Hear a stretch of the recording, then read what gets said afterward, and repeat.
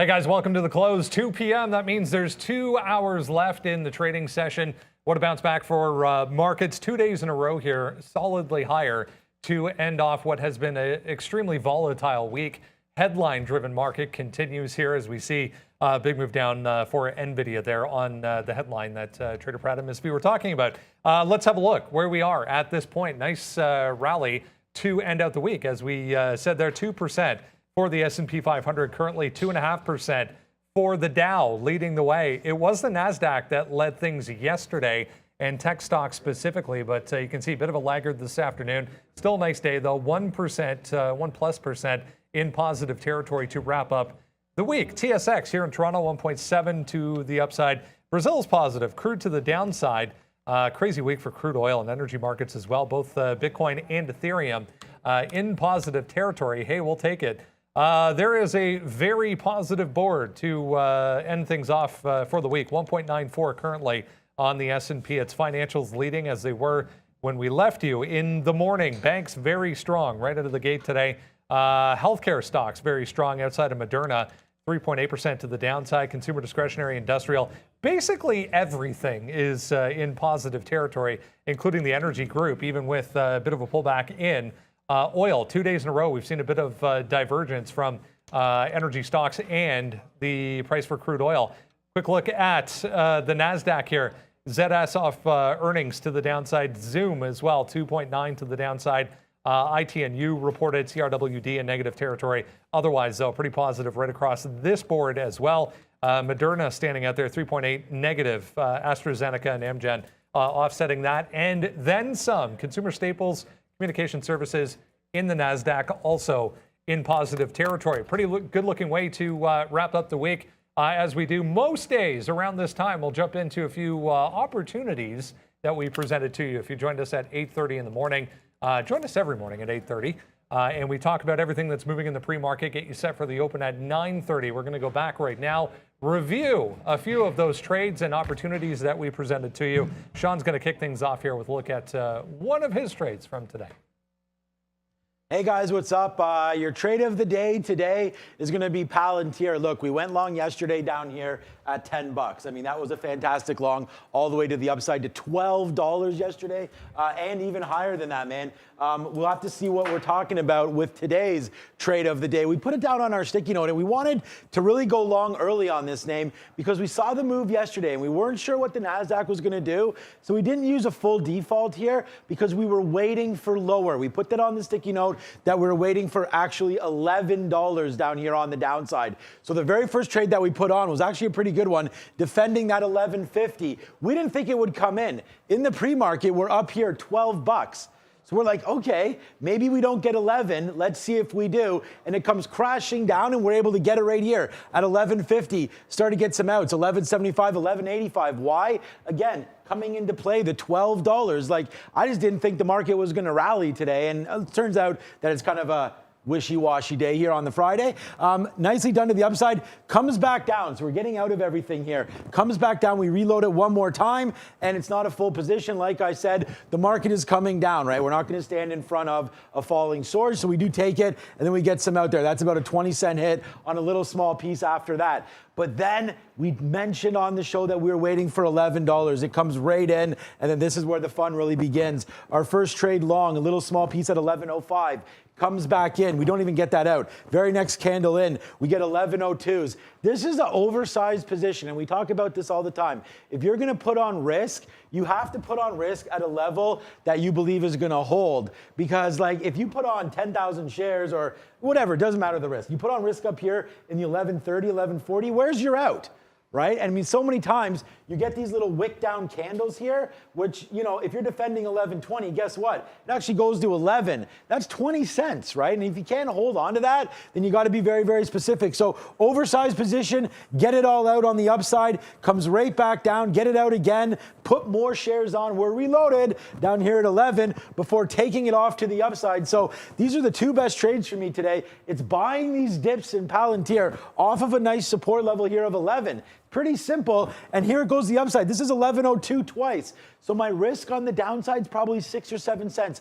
We don't get out right at 11 when it breaks. We'll wait for like 97s, maybe 98s, whatever you want. Get out just in case it goes wick down and then comes right back to the upside. So again, that's an 11.02. So I would say 5, 6, 7 cents worth of risk. And as you can see to the upside, boom, boom, boom. We start getting them out at 20s. That's 18-cent winner, right? So that's already 3 to 1. Then it starts to blow up even more. Take out some 35s. Save one last piece here as it's still riding this 50 period. We save it until it breaks. We learned our lessons.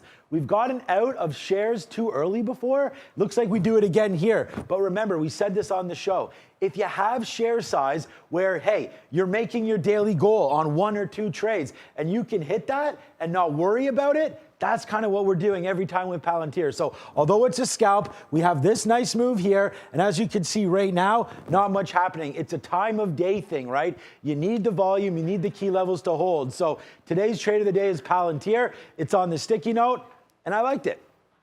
Lots of opportunities this morning if you joined us. That is the watch list, guys. We send it out every single morning before we come on at 8:30, absolutely free to you. Yeah, it has been, I mean, it's been a bit of a slow grind to the upside today for the overall market, and individual stocks had to be in the right spots today for sure. NVIDIA, not much follow through here. It did spike to the downside on that headline that we mentioned there with Trader Pratt, but still kind of just chopping around. We are back into negative territory, 0.4%, trying to push lower. But if you missed it, this was the note here on NVIDIA that sent this thing tumbling. Reports of a cyber attack on the company itself. So that was that candle there. We're kind of chopping around 237 for NVIDIA. It's falling down a little bit still, and testing 236 there. But at the same moment, you could probably guess it. Those cybersecurity names, the low floaters that were running, got off the bid, and these have been dying all day long. CYRN, it popped up on that NVIDIA news. I chose to fade it, just thinking, okay, it'll probably just come right back in. Got 70s in front of 75s, got up some 50s, and now if it breaks here, I don't want this going to VWAP on me, so I'm gonna trigger out of it. But as you mentioned, NVIDIA, look, it's right back at those lows. Obviously, it's not going to be good news. The other side of this coin is, remember, the futures are actually at those highs and looking like they might have a chance to pull back off of those highs, and that could be a little bit of it too. A little bit of risk off. Take your money and run. NVIDIA wasn't quite as strong as, say, an AMD was anyways going into today, so not the best timing in the world. I think if in a situation like that, if I was going to choose, I like going to something completely unrelated that got a spike and fading it. But if you really wanted to catch a falling sword in the chips, go to a name that had a sympathy pullback instead of NVIDIA, who has the bad news against them. Like AMD on that NVIDIA news actually made a pretty solid bounce and came back up to 120. So you could have maybe grabbed 50 cents to a buck there without the exact headline risk, and AMD was stronger in any regard. Someone in the chat was like, and I'm gonna call it out because they were saying, Sean, the outfit was like LL Cool J. Right. But I'm going to point out that that's the black Adidas, and that's Run DMC. Run DMC. Right. Yeah. Exactly. We gotta keep it real around here because it's the black. Mama said knock you out, and And yeah, but that was the red. He wore the red. And then we went walk this way with some Run DMC. And you need a round the way girl. Anyway. Thank you for that. Okay, while we were gone there, I mean, I was shorting Microsoft. Okay, first of all, AMD. My number one stock today is actually AMD, and just P&L wise, actually more so than Palantir. I just wanted to show those 11 areas, and the same thing happened with AMD earlier when we were able to pick up. I mean, most of the damage, obviously, you guys watch our show, and we trade, like maniacs sometimes off the open. And today on AMD, just gave us numerous reloads down here at 116, 117. Off of yesterday's consolidation near the close. So that's what we were using. We're using this area here in the close yesterday for consolidation, and then boom, goes the dynamite to the upside. Look at all these outs. Boom, boom, boom, boom, boom. And then this one right down here, 116.30. We took it on the 50 period moving average. I told you that we were going to wait until it breaks this. So there it is, all the way to the upside. AMD out there. That's a $4 winner, 350 right there. We tried it again here on this break. We were only able to get about 30 or 40 cents. cents and then lost the same 30 or 40 cents on the way back down there. And then we weren't involved in that cyber attack there. Yeah, so far so good today. And Microsoft, unfortunately, another name that's getting up there on my net right now to the high side. Look at this short. This was actually on Prad's show, and we talked about that during that show, and he actually showed it on the feed there. Look at this short breaking through. We were very, very patient, waited for this short at 296.70 there.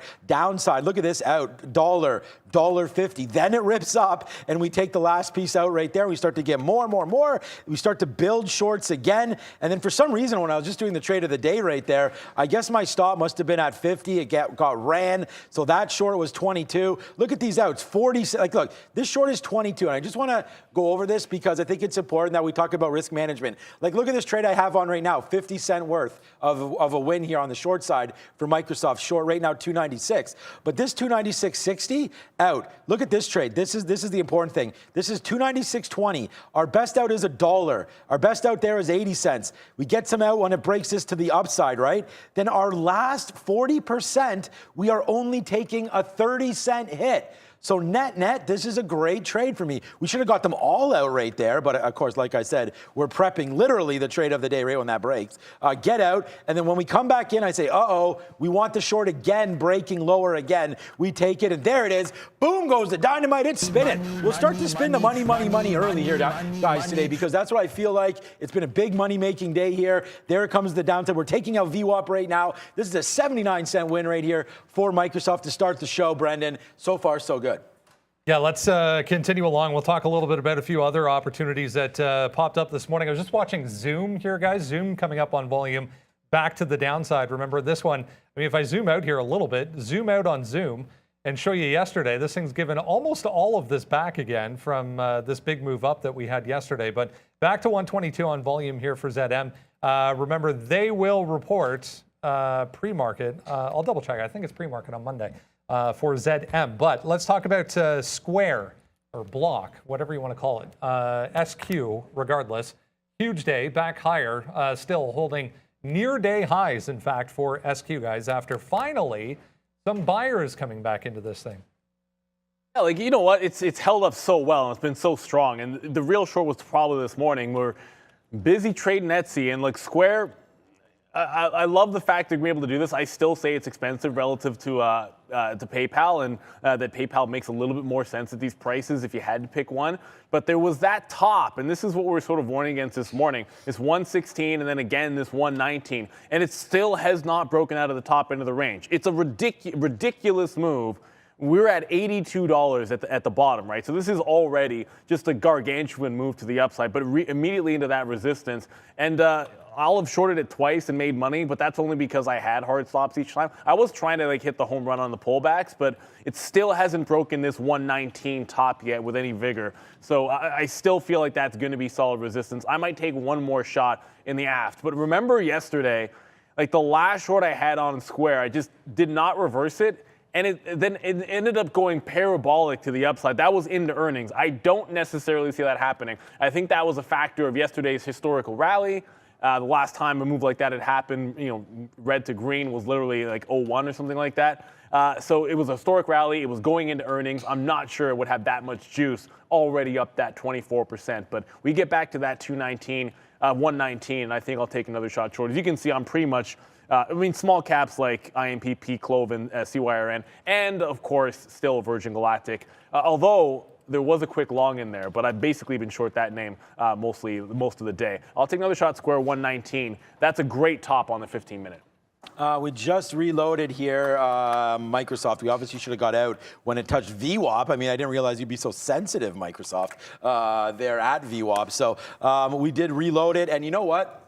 Screw this. Let's just put a bid out. Bang, there it is. Let's just cancel all of our bids right there. Look how easy that was, guys. Sometimes it is a chicken dinner winner, and sometimes you're eating, what was that stuff? Ramen noodle or whatever Prad was eating there? Maggie noodles? Maggie. That's what it was. And especially expired Maggie noodles there some days. But okay, so there's Microsoft again, just reloading it at the 50 period in 76.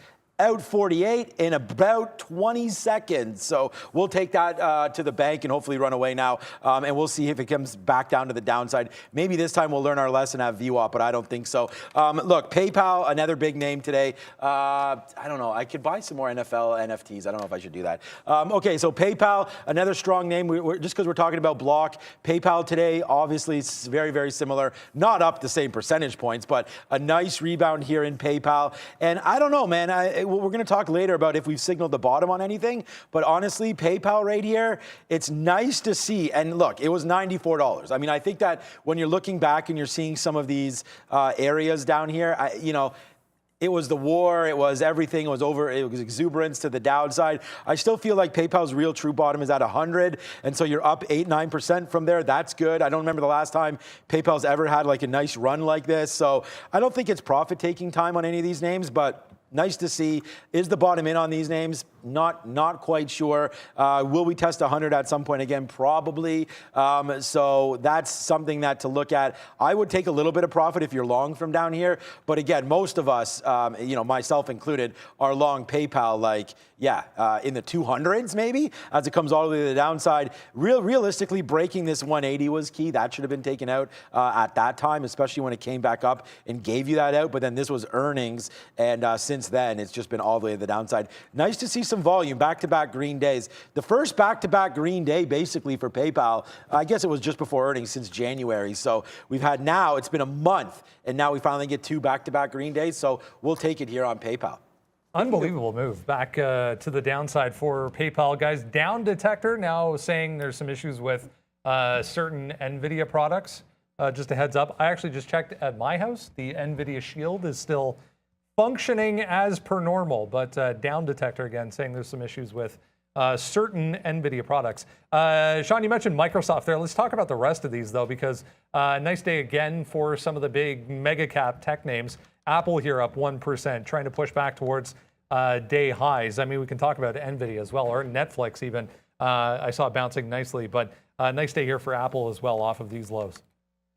Yeah, on NVIDIA's front there, they just bounced off of morning support and looks like it's trying to head back into VWAP. So a bit of a recovery. I mean, the headline drags it down, and I'm not sure there's a ton of follow through there. So anyone that bought that dip, hey, you might have just got yourself a little bit of a deal. Apple, Daniel Shea pointed out yesterday in a great job of that, one of the few names holding that 200 period and now bouncing nicely off of it. But the chart on almost everything looks exactly the same. Like, just call up any tech stock and you're going to have what is last week's, or either last week's tops or this week's highs still in play. And if you're looking at what will take the market breaking out of those highs, and guess what? It's going to be some of these big names taking out this 166. Right now it's 165, but if Apple can take levels like that, if you can get breakouts on Microsoft, and there's so many of these names, they just filled the gap the last 2 days right back into previous resistance, and you're not going to get a push through in the overall market until some of these break.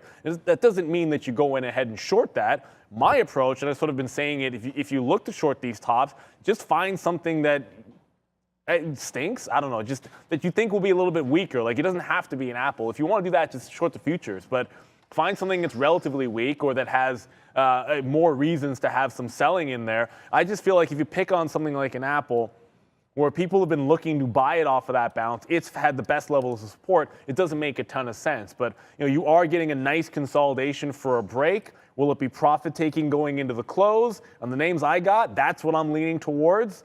I can see it happening given the rally that we had the last couple of days. But you know what? I kind of thought that was going to happen too.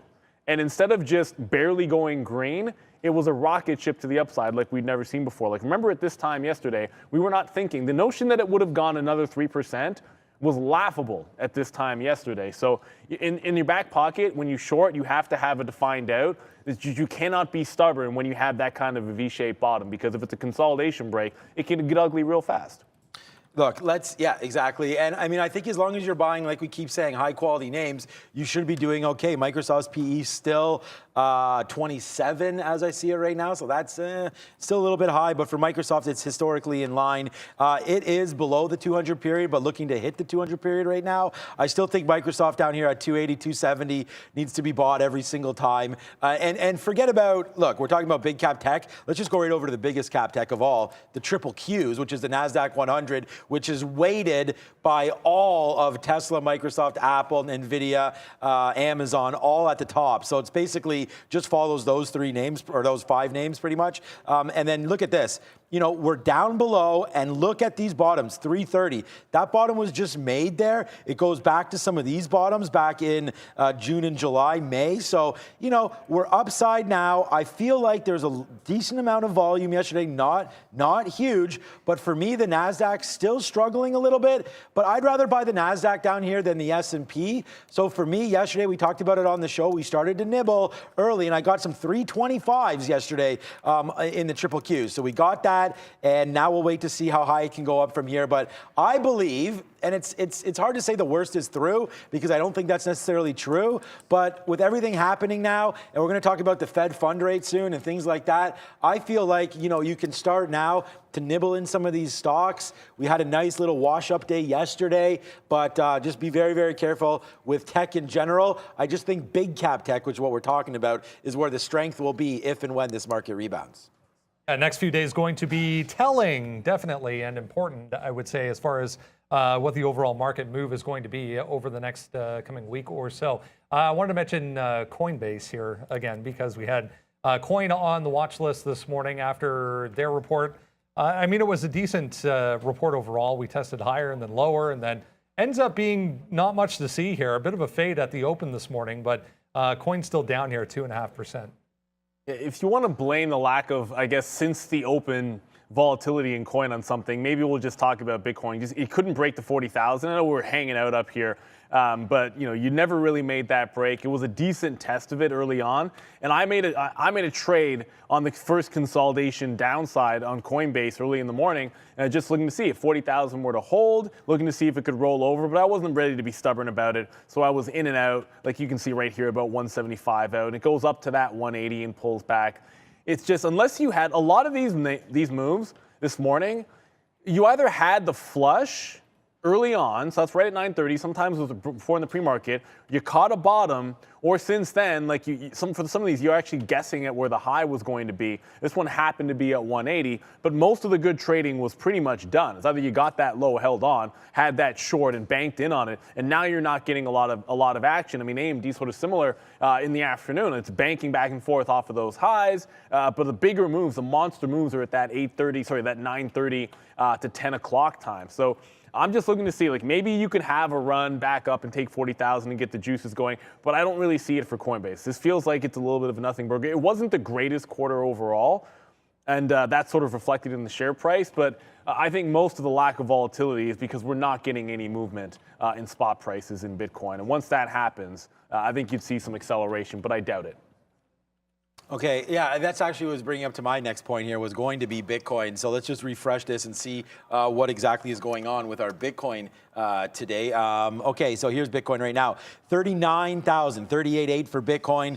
Ethereum, 27, not bad for that at all. Cardano, still 87 cents. I mean, basically everything is the same today. I don't see any huge outliers. Ripple, 7.8%. Down here, I always like to check on Matic, another one of my holdings, 7.7%.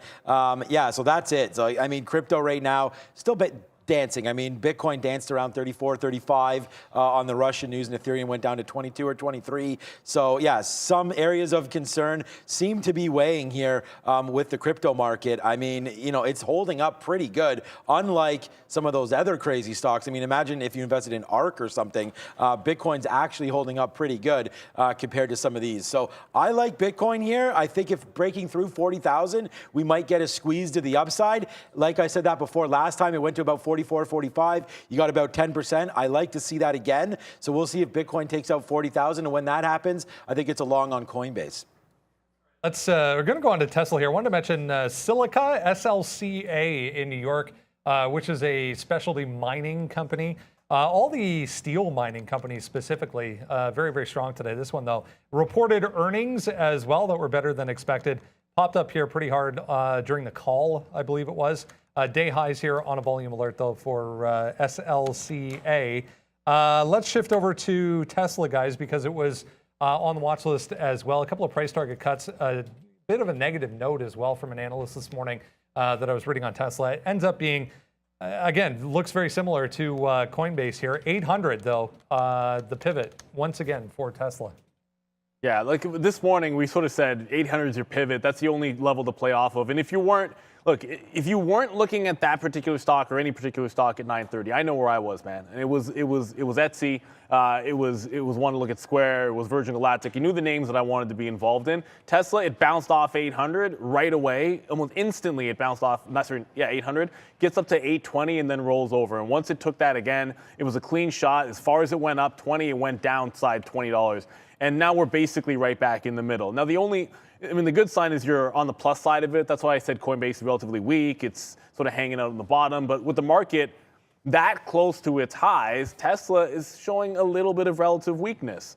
And you'd like to see it a little bit stronger than that. So it's yet another name when you pull up that V shape, which didn't get anywhere close to that previous resistance level on the recovery back. And this is what's holding this market back a little bit. I'm not saying we can't go, but there's just a few things holding it back. You know, Tesla with its weighting is certainly one of those. You need that breakout at least past those morning levels of that 820, and then we could actually see some fireworks to go here. I think it can happen, but oh my goodness, like. Yeah, I mean, I know Trader Brad was talking about buying the NVIDIA dip there. I don't know if he did, but that now 235 up to 239. So, you know, that headline reversed pretty much everything. This was at 239.50 when that headline dropped, and we're pretty much right back here. So the chip space is strong. The market's heading right again to another test of the high of the day, but it is worth noting a name like Tesla is still lagging just a little bit. There's some weakness in Tesla lately.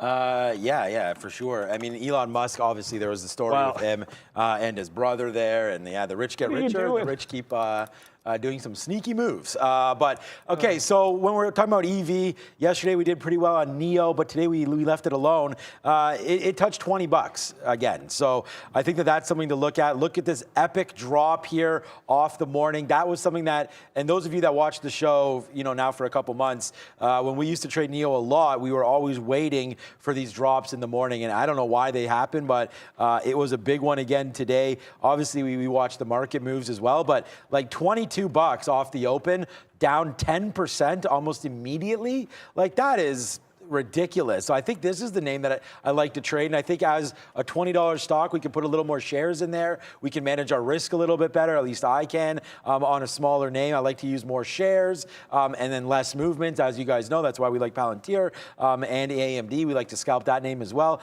Right now we're short Apple, but NIO here, nice bottom of $20. We'll see if that can happen again. I don't know, like, again, into the weekend right now, I'm short Apple because Have you ever shorted Apple before? Yeah, I've shorted it. No, it's not as confident. I'm never confident about the short, but we are short it here because, again, just with more things happening. Like, I mean, one of the most recent reports is like, you know, Russia now, you know, bombs heard in the capital, you know, this and that. So of Ukraine. I mean, it's just like, I don't see that the market should really, and here's my Apple short right here. This is why I'm short. We're at the top here. I mean, it is what it is. We'll see if it can come back in. But, you know, with this environment, I feel like the market will pull back here at the end of the day. Been wrong before, and the best part about this one is the high of the day is 165.01. We're short at 80. So the biggest hit that we're going to take on this, because we're getting out as soon as it breaks, is going to be that 30, 40 cents. So for me, it's an easy schedule here. It's an easy trade. It makes sense. I can wrap my head around why I'm short. Do I like this position? Not as much. If we take out these highs, then I'm thinking about reversing long, but typically I'd like to see a break here on of the futures. And remember, we gave you the level 14,000. That's the bounce off spot right there. I'd like to see a break of the day's high. When that happens, we're going long Apple. So just understand that if you see me flip long, because the NASDAQ is going to the upside. The market and Apple are basically tied today, both 1.2%. So that's why we're picking Apple instead of anything else. If we think the market's going down, Apple should follow, and I prefer to trade the equity. Let's talk Foot Locker here, because I was just going back on the daily chart to find the last time it made such a massive move to the downside. And I got through about 3 or 4 years and couldn't find one. So it's been just a monster decline here, 31%. We're back to July 2020 levels for FL on pretty bad report for them.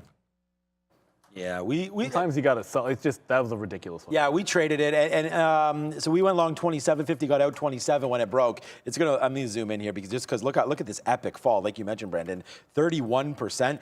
We tried this. This was on the sticky note today, 27.50. But you guys might remember again from the morning show, I actually was a little lazy there. The real bottom. Oh no, this is gonna show NQ. It's NY. Let's go. Switch over to NY. There it is. Okay, so the real bottom, if we zoom back, was, and I was doing this live on the show, and I don't know why I didn't respect it. It's because I was already in the long. Was this 26 right into here? This consolidation back to July is actually 26.50, 26.60, right?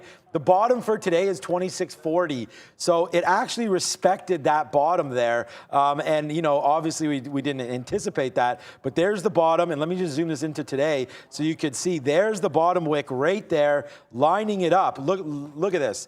It just goes straight over to that. Does it dip a little bit below? Sure, it goes to 26.40. I mean, whatever. Look at this. It's fantastic. If you go long 26.30, 26.40, 26.50, you're not going to get out till 26. And it's giving you a nice little ride back up to the upside. So realistically, I think Foot Locker worked today. You just had to be patient on your levels. We weren't, and therefore we got stopped out for a 50-cent hit. So unfortunately, Foot Locker did work. Sometimes we say zoom out, and in this day, it would have worked beautifully if you would have taken a second shot at that level. Unfortunately, it got off my radar. Should have stayed there. Okay, I have a similar example, but I'm going to save it for frustrating stocks, but because we'll do that in a minute. But I will say this about Foot Locker. On the off chance that it makes a breakout here, I'm not saying it will, but if it were to make a break, the cliff it fell off at 9.30 happened to be at $30. So if it were to make this break at 28.5 or so and go a little parabolic, I'd be looking at that 30 just to see, you know, if there'd be some sellers down. I find when anything makes, you know, that kind of a shelf break, whoops, on the daily chart, a lot of times you want to dig into that trend. So if it goes to 30, I think it's a bit of a fade at that price. Not sure it's going to be able to get there, of course, but we've all been there, right? Like you go back, you look at the line in the chart, things are happening pretty quickly, and sometimes I've done it, man. You're like, I'll be convinced that I just saw a certain price when I lined it up, and then I go back and put the stop in, whatever. But that's a gorgeous level, and that's what you should look for. When a liquidity vacuum opens up, a lot of times the buying comes in at the most obvious place. It's like the most obvious rock bottom. The last time it had any support at one price level was at 26, Sean showed you. To frustrating stocks of the day, I think there's a pretty good list to choose from today. It was very, very choppy action off the open, back and forth, even as the market was kind of, you know, deciding what it wanted to do for the overall day. Gave you lots of opportunities, but let's go, guys. Some frustration from today. It's simple for me because this morning I came in and said I like PayPal more than I like Square. I think they're a better valuation. That's the one in a price range I would like to buy. This is what I'm going to buy in a dip, and it should have a strong day today. And then I went long twice PayPal, and it's my worst stock. Like it's just like that's. It's not just bad; it sucks. It really stinks. And the other problem is, like Sean just mentioned, a lot of times you go to your higher time frame, you pull back to look at the entry levels that I wanted. So at least that part of it was right. As I look back to where that cluster was going to be, that I wanted it dipping back into. So once it hit like around that 105, this is where your entry is, but that actual cluster down here, that's to 104 at that bottom, 104 to 105. And I completely misread that. And I'm sitting there stopping out at 105 when really, look at is the day before in the afternoon at the top. Like it was a dollar range, maybe $1.50 with 104 at the bottom, but I just got lazy. I mean, twice I stopped out at or in front of that 105, and without realizing if I just gone back to the 15-minute, what am I talking about? It never really violated this price area here, and that support's still in. And the worst part about it was, there was ample time to get back in. I actually had a conversation with Brandon, one of our traders, where he was trading, it was SoFi this morning, and there was a wipeout bottom, and then a nice fail break. And I was saying, yeah, you know, when you get a fail break like that at a level, but it really actually holds support, well, sometimes the best entry is when it tries to retest that level, never even breaks, then you get in. That's actually almost a better entry at that point. You got a more defined bottom there. There's lots of liquidity. You have more confidence in it. It's like the third time, and it couldn't go 3. It's like a reverse head and shoulders as well. So I had all kinds of chance to be able to get back into this one, and you're going to see it goes all the way to 110. Pretty much the move that I was looking for. But yeah, you got to be able to learn from these. And I'm not going to be that angry because overall, at the time that I didn't get back in, we had some winning trades. But this was one that was near the top of the list, and I did have it twice and somehow managed to lose on it. What did we say about the market, guys? First of all, Apple right now, cha-ching, will rain down the money. But my frustrating stock of the day is, and you guys know, like when I talk about Mr. Softy, everybody knows the kind of success that we've had with Microsoft, including another positive day today. And then right here today, we wrote down Microsoft 292. Like I should have been looking there instead. AMD is my #1 stock today, so I'm happy trading that off the open. But like, when I put my neck out there and sort of give you guys levels and take the trades, so on and so forth, like I should be sitting here at 292. I don't know why I wasn't. Normally I put these trades on pretty much every single time I list it. And today, because of said snowstorm, so on and so forth, they're just excuses. You need to be prepared better. I wrote the sticky note down, put down the levels, did the work, knew 292 was going to be there, but just forgot to put the order in. And a couple times it bounced there. And then I didn't notice it until someone in the chat, like we were so busy trading everything else today, someone in the chat was like, hey man, thanks for the Microsoft. I was like, huh? What's Microsoft at? And by that time, it was up to like 294, 293, something like that. So this 292 on Microsoft off my own sticky note not being had is a problem because we definitely would have been hitting this up. We probably would have got the majority of them out here at 293, 293.50, something like that, because that's where the 50 period was. But a nice move to the upside. And then again, Microsoft has been trading pretty well here, a bunch of shorts. And just with all this mess, we are positive on Softy today. So happy with it, but again, frustrating because lack of preparation by myself and is not being set up properly on time cost me there. But hey, doesn't happen often. But with Microsoft, it's frustrating because I really play this stock quite well. Lots to choose from this morning. I'll give you one myself as well. CYRN. Had to be so patient with this thing. I mean, it was difficult in the sense that there was a very, very small float on this stock. So nervous at preset or pre-market highs, along with this high from late in the day yesterday, but it does squeeze up there a couple of times. But if you were patient enough, it does eventually give you a nice fade trade back to $5 off of that $6.75, $7 area. But the very, very high of day yesterday, $6.75, $6.80, comes into play a couple of times on those crazy cybersecurity stocks that continue. I just saw IRNT, guys, coming off pretty heavily right now on decent volume as well. Back to the downside. Wanted to mention this. Etsy, one that we didn't really get to or didn't talk about, but a huge quarter for Etsy, huge move for Etsy today, back higher. So a nice looking chart on that one. There was also that Car Guru, which is CARG, just back at day highs as well. Yeah, like that was redonkulous on Etsy. It was like, I understand the gap up, but to me it had to be a short at 149.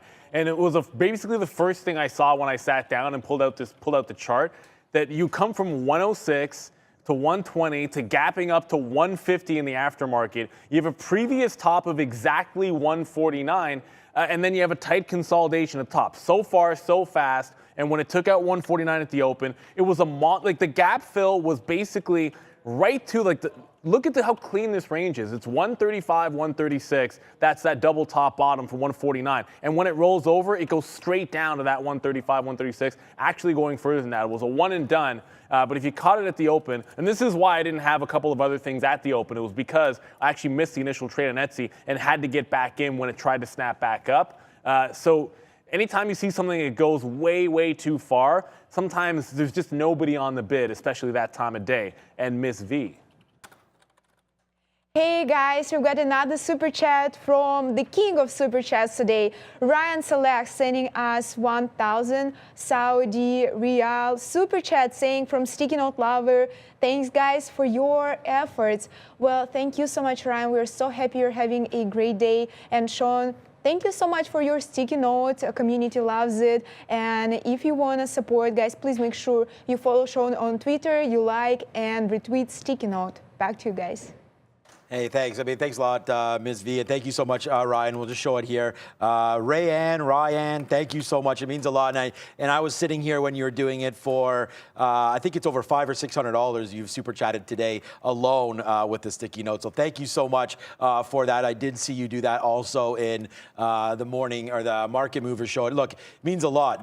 We're here. We're the People's Trader. We're going to be here for you, and that really means a lot to me. I'll keep on going. I also want to thank Amazon Phil, who sent me over 4,000 sticky notes as well to make sure that I never run out of them. So that was pretty key. And then Mark and some of the boys here had a good idea. I'm going to start keeping these, and then I'm going to make something pretty cool with it, some art piece, and then we're going to turn it into an NFT, and I'm going to send you that, Ryan, as well. So I'm going to send you a copy of that rare edition sticky note NFT coming your way soon. So Tim's going to help me with that. This guy's yeah, there we go. Very good. Very smart. Very smart. So thank you so much. And that's what that is. Yeah, no, I'm not going to use it to upgrade the PC. I saw that joke and I was just like, man, come on. Yeah. What the irony about it is we have exactly the same PC. For some reason, it's just weird stuff that happens over there. I don't know. But I don't know. This PC is fine. I mean, it's actually been okay. Someone was asking about these are just built PCs, right? So I don't know what chips are in here or anything, but we'll have some looks at this. We have a great IT team, so I'm just going to trust that they're doing all well. Pretty soon, guys, you can see. I don't know if any camera will show it, but our second desk is almost ready to rock and roll. Next week. Neil and I will be moving over there next week. We'll set up Pratt and Miss V and so on and so forth. Kind of. Yeah, there it is, right there. Da-da-da-da. All right, it's enough. So there we go. So those are the second desks. They're being built. Thank you so much again for all the support, man. We're putting the money hard to work. And as you know, we didn't even have a second show, 6 months ago? I don't know when, or less. I don't know, when did Prad start? 6 months, there you go. So 6 months ago. And then now we're expanding to you, giving you the full day. And there's much more to come, trust me on that one. So thank you again for all your love and support. All right, let's go back over to Brendo. Let's talk about the overall market. A lot of people asking the question, guys, as we head into the weekend here, was that the bottom? It kind of felt like the bottom. The amount of volume that came in both Thursday and Friday this week back to the upside, lifting a lot of these beaten down stocks back to the upside. Let's ask the question here, guys. Was that it? So I think there's some good signs of a temporary bottom, at least put in by the overall market. A couple of things to keep in mind here. From the outset, I mean, the Fed hasn't even slowed down their balance sheet at this point. There's a lot of big things that have to happen in the back half of the year. But a lot of the sell-off that we'd had last couple of days had to do with the conflict.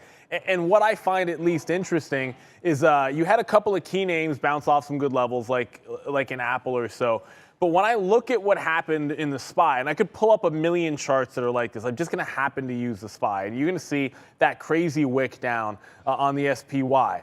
But you had a high volume capitulation bottom followed up by a couple of days of selling and then breaking through the initial resistance point and following through, which we're actually doing today. So that's a pretty strong bullish sign on just about any chart that you're about to make a bit of a temporary bottom when you get that V-shaped recovery. And there are so many names that did this, right? Like you had most of the super beat up names that put in those types of lows and that same V-shape, hold the next level support and then break out the next leg. Now, the thing is, that's a momentum bottom. All the fundamental reasons why the market can be weak and might pull back and have less growth this year are still going to be in play. So I'm not going to go out and say, oh, from here, we're never going to see the lows again. But a temp bottom on the fears over what's going on in Europe, I think that can be safely said, especially for the stronger, bigger tech names. I don't know that you can go on that far of a limb when you're talking about, and I hate to say it, well, the Affirms of the world or the Virgin Galactics of the world, but certainly for some of the big tech and for the overall market itself, like the SPY, the NASDAQ, I think they've put a nice little temp bottom. They do have some work to do for the rest of the year, in my opinion. Yeah, because the video was it a temp bottom? Let's just have a quick look here. This is the target rate probability for the Fed meeting on the 16th of March, right? I know this is going to be hard to see. I tried to download it in a PDF and everything, so I'll do the best to explain it to you. This green line here, right, which was all the way down here from November, December, it started to inch up. This line was the probability of 50 to 75 basis points, right, of a move up, so 50 points. So as you can see, on the extension here, we got all the way up to almost 100% just in the beginning, midway through February. So just last week, we were almost at like 94% probability for that rate hike, right? And now, after yesterday, it drops all the way back down here to 38%. So we went from 90, let's call it 95%, down to 38% just yesterday. And there's the ultimate bottom there that we had, was about 22 or 23%. And now look at how low the 25 basis points was, virtually nothing, down to 10%. And now we're all the way up right here to about 65%. So for me, it's not just do Neil, myself, and Brendan think that maybe it's made a bottom, but maybe the market is signaling this and saying, hey, you know what? Maybe we don't need that 75 point cut, or rate hike, sorry, not cut, hike, there in the future, in the fund rate. But we'll see now, is it coming back in to more likely to see 25 points rather than 50? Because a 50-point hit, I'm assuming right now, people think would absolutely destroy the market. So is it a bottom? I feel like the higher probability now for just 25 points may have signaled a bottom in the market. So that's what I'm going with. Do I necessarily believe it? I don't know. We're going to wait to see on March 16th. I think that'll be telling, Brendan. A lot of signs pointing to, at least temporarily, that might have been a bottom. Let's see what happens, guys. March 10th, we'll get the next inflation reading, and then the 15th and 16th, the next Fed meeting, and this rate hike that is to come as we head through to March. All right, let's talk about car gurus here real quick. Big move up today on earnings. Just saw it pop up on a volume scanner as well. It came right back down, so we made a day high. If we can go to that there, Tim. Thank you. Made a day high and then right back down through 46.5. Still 43% though, off a decent report here for car gurus. What a move for this one as well today.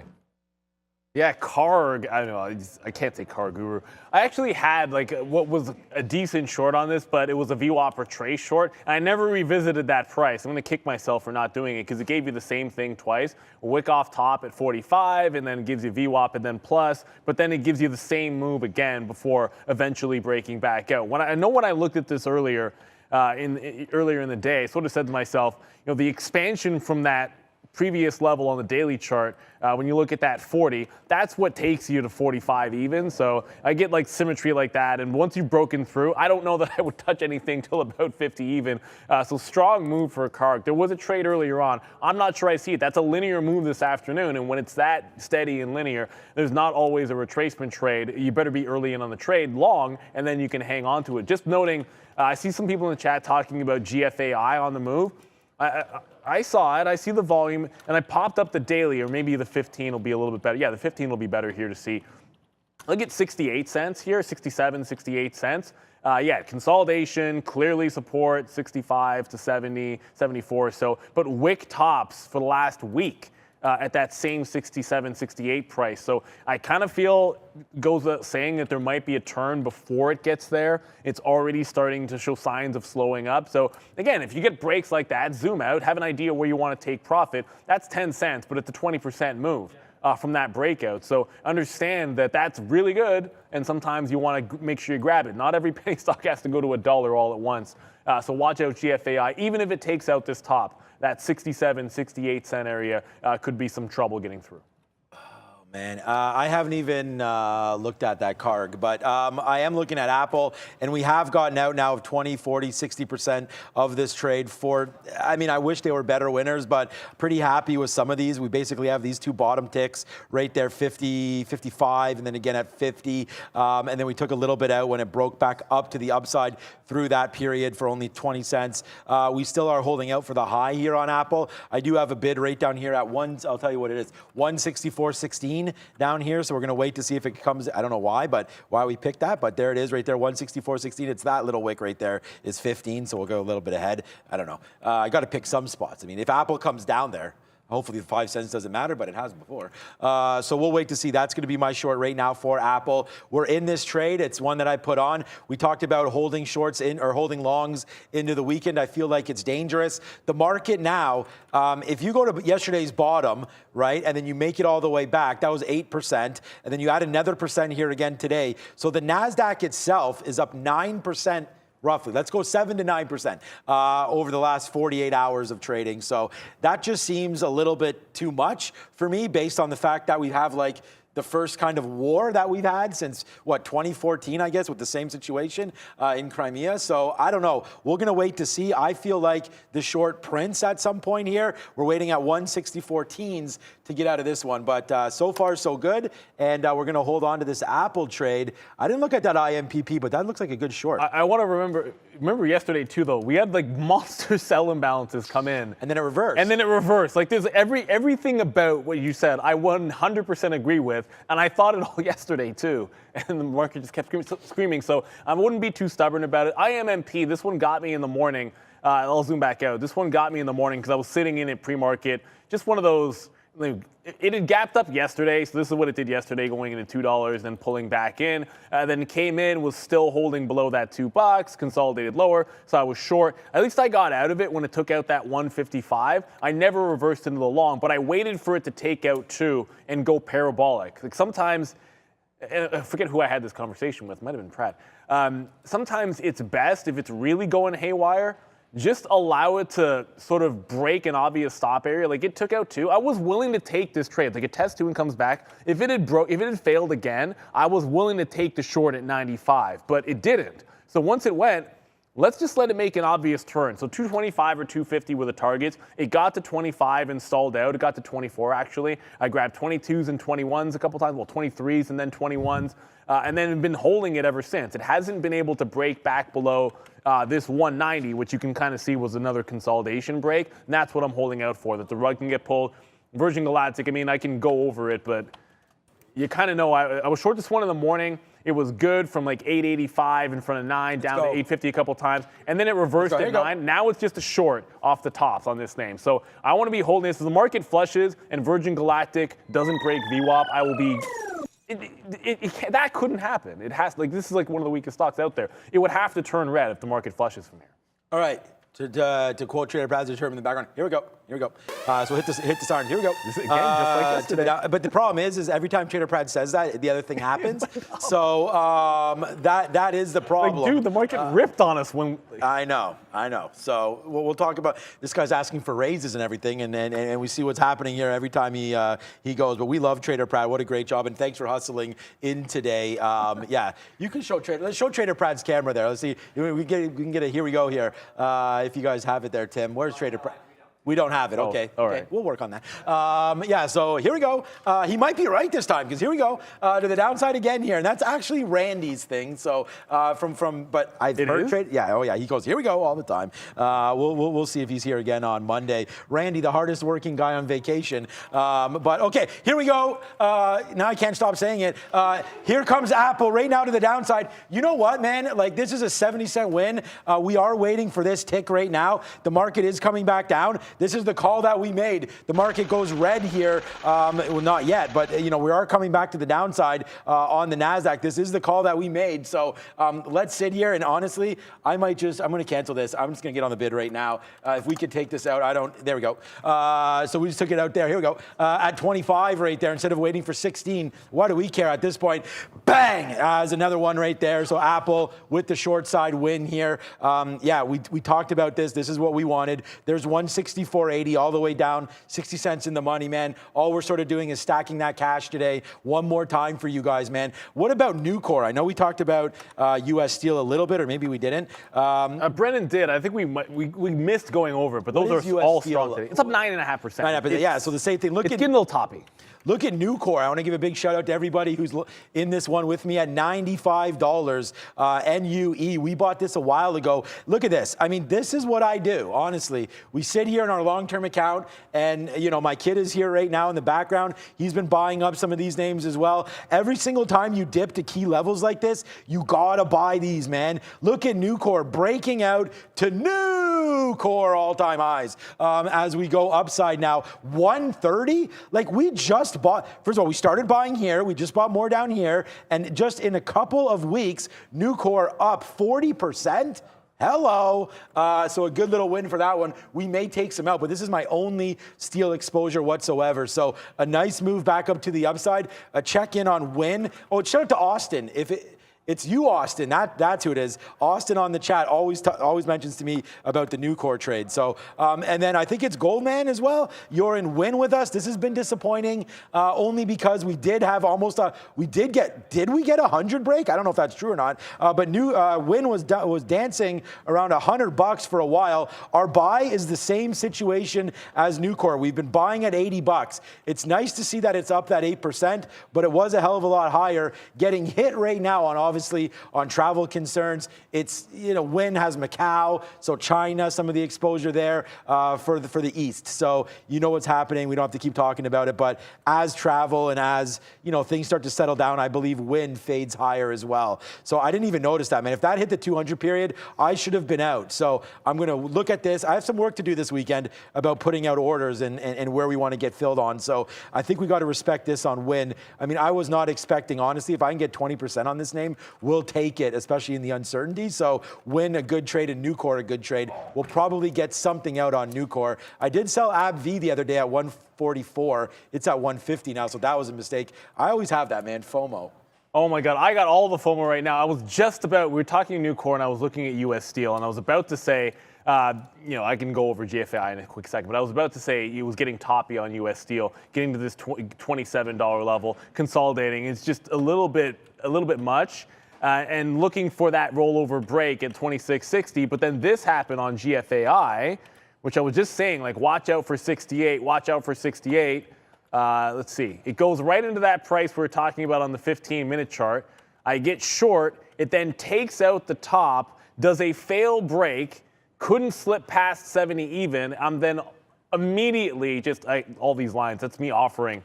I don't need all those offers in case it spikes back up. That was just me offering as it spiked up, and I tried to reclaim it at like 68, 67, and then just immediately came back down to 63. So it did go parabolic into that level. I had to short, but had to let it go when it took the top, and I couldn't get back in. Like, the bid opened up, on a 68-cent stock, it opened up like a 4-cent spread. Like, it was like, you don't usually see that happen in a stock. It's doing 17 million shares, but it did. And I didn't get back into it. But back to US Steel, we're talking that in Nucor. The market is trying to roll over. So again, I'm just holding on to the 3 shorts that I have. I didn't go over Clover. There was a big size right at the end of the show. I got taken out at 57 or 58, 257, 258. I got 56 short and been holding it ever since. But that's the last of them. And it looks like to me that if we can get a nice consolidation on US Steel, coming this far, I feel like profit taking could be a thing. 27 lingers at the top, so it looks like a pretty good short. Someone was asking about it, and I did forget to mention it as we were doing our rundown. Shout out to Taco Eater and Tease Trades. Thanks for the support. We're here all day. So, okay, Apple again. Still looking at that. We got to find some more trades maybe. Oh, I almost used Beyond Meat as my frustrating stock of the day, but then I just looked back here and it's kind of just hovering right now. We can actually take this again. So here's the trade off the open when we were like, okay, again, it's on the sticky note. You can find it at Trader TV Sean, and it was short 45. That's, I mean, literally. Let's call it up so you guys can see it if you're joining us for the first time. Make sure you definitely check this out every day. Look at it. You don't have to retweet it or anything. It's nice when you guys do today. Only 90 likes today, so maybe I didn't do my good work here, but it's because it was late. Short, I got 90. Look, I got 90 likes on the sticky note, and then check out this. This one, super late today. Sticky note delayed. 74 likes. So I don't know what that means, but almost as many likes on the sticky note as we do have on the delayed. And this was yesterday. That turned out to be wrong. Okay, so right here, look at this. Beyond short 45. That's it. You're Close. Now you have to go see what else it says. Go on @TraderTV, Sean, you can see it. There it is right here, short 45. We put it on. We wrote that note, 8:30 comes out, or a little bit earlier than that, comes out right there. We get hit, short 45, bang, first out 44. That's $1 in about a minute. Then it comes down to the downside, and we didn't take this. That's not why it's frustrating. It came back to the upside, it breaks the 50 period, and we get out for a $2.50 winner. We'll take that, no problem. It's more frustrating because I saw this move happen right here. It came back up to 45, and there goes Apple. We just got out of Apple at the 50 period moving average. We're not holding that anymore as the market's breaking up. I'll talk about that in a second. It's just a reload right here at 45.50. We would have reloaded at 45 and we would have taken more here, and then our out probably would have been 46, even 47 like we talked about. And then look at the move. It came all the way back into VWAP, which is again is a great indication where to get out. So that would have been a good trade for us. And just an update, I don't know if the Apple trade is going to turn out to look good. Oh no, we have these bad wicks here. Oh no, there it is.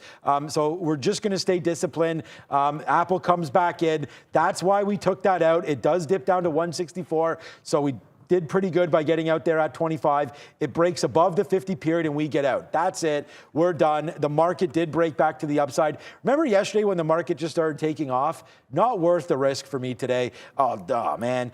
We got out at 60, it looks like. We got a 60 bid, and now it's 44. So gave up 15 cents there, and now it probably tanks. But again, the market just didn't get a good bump there, so we'll see what happens. Might be a reload long if we can retest 164. I saw someone in the chat saying, how long before Neil gets burned in IMPP? I'm out of almost all of the trade. Maybe I didn't go over it, but when it came to that 225, yes, I'm trying to hold on to the last bit for a 190 break. When you look at the 15-minute, I think it's worth it. If he takes that level out, then it can get down to 175, which was a good level before. But at this point, it has to either takes out the high, or I'm going to be holding it into the close, looking for that 175. It's kind of linear at that point, or it's kind of what's the word I'm looking for? It's black and white, yep. Right? It's like it's 50-50. Square, on the other hand, block, on the other hand, looking very bullish. See you guys talking about it. I'm not sure we get these breakouts. There's so many names that look like this, right? Consolidating up top, looking like they're trying to go. But the NASDAQ, and the ES, they're both doing the exact same thing off of those highs. So it's probably all going to happen at once. We just hit power hour, so I think we have a better shot that any of these can start to come in. But it is that 119 level, and it has been broken twice. It is worth noting. But I just want to quickly point out, like, even if you get past this 119, it could still have some trouble 120, 120 and a half. I said the same thing yesterday, and the stock ran $10. So either way, you have this breakout looming in multiple names. It's not just Square, it's not just Apple. It's almost everything I look at. V? Hey guys, if you're passionate about trading, if you like this show, find it helpful and entertaining, please make sure you like this video. Go along on the like button, support the community, and back to you guys.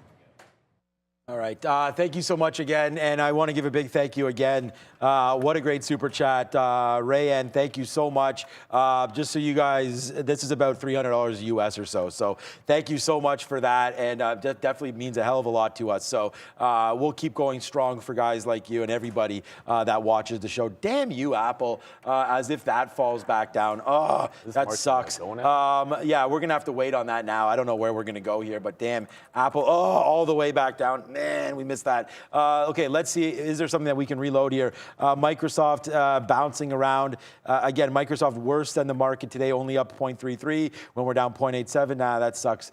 Should not have dropped that Apple. That was silly of me. But again, we're trying to stay disciplined here and go with our technicals. A win's a win. Apple, positive stock. We don't have any, the only negative stock we have on today, and honestly, I'll go over them all with you right now if you want, but the only negative stock that we have on is Foot Locker today, and we talked about that. That's a 50-cent hit right there, and not very many shares, and it's of course now a winner, but that's fine. Palantir, where are we with Palantir? Okay, looking at this, I don't want to go long these names, so I think we got to wait till 11:35, 11:40, something like that up here before we go short. Should have reversed that into the short because right now the market's falling down.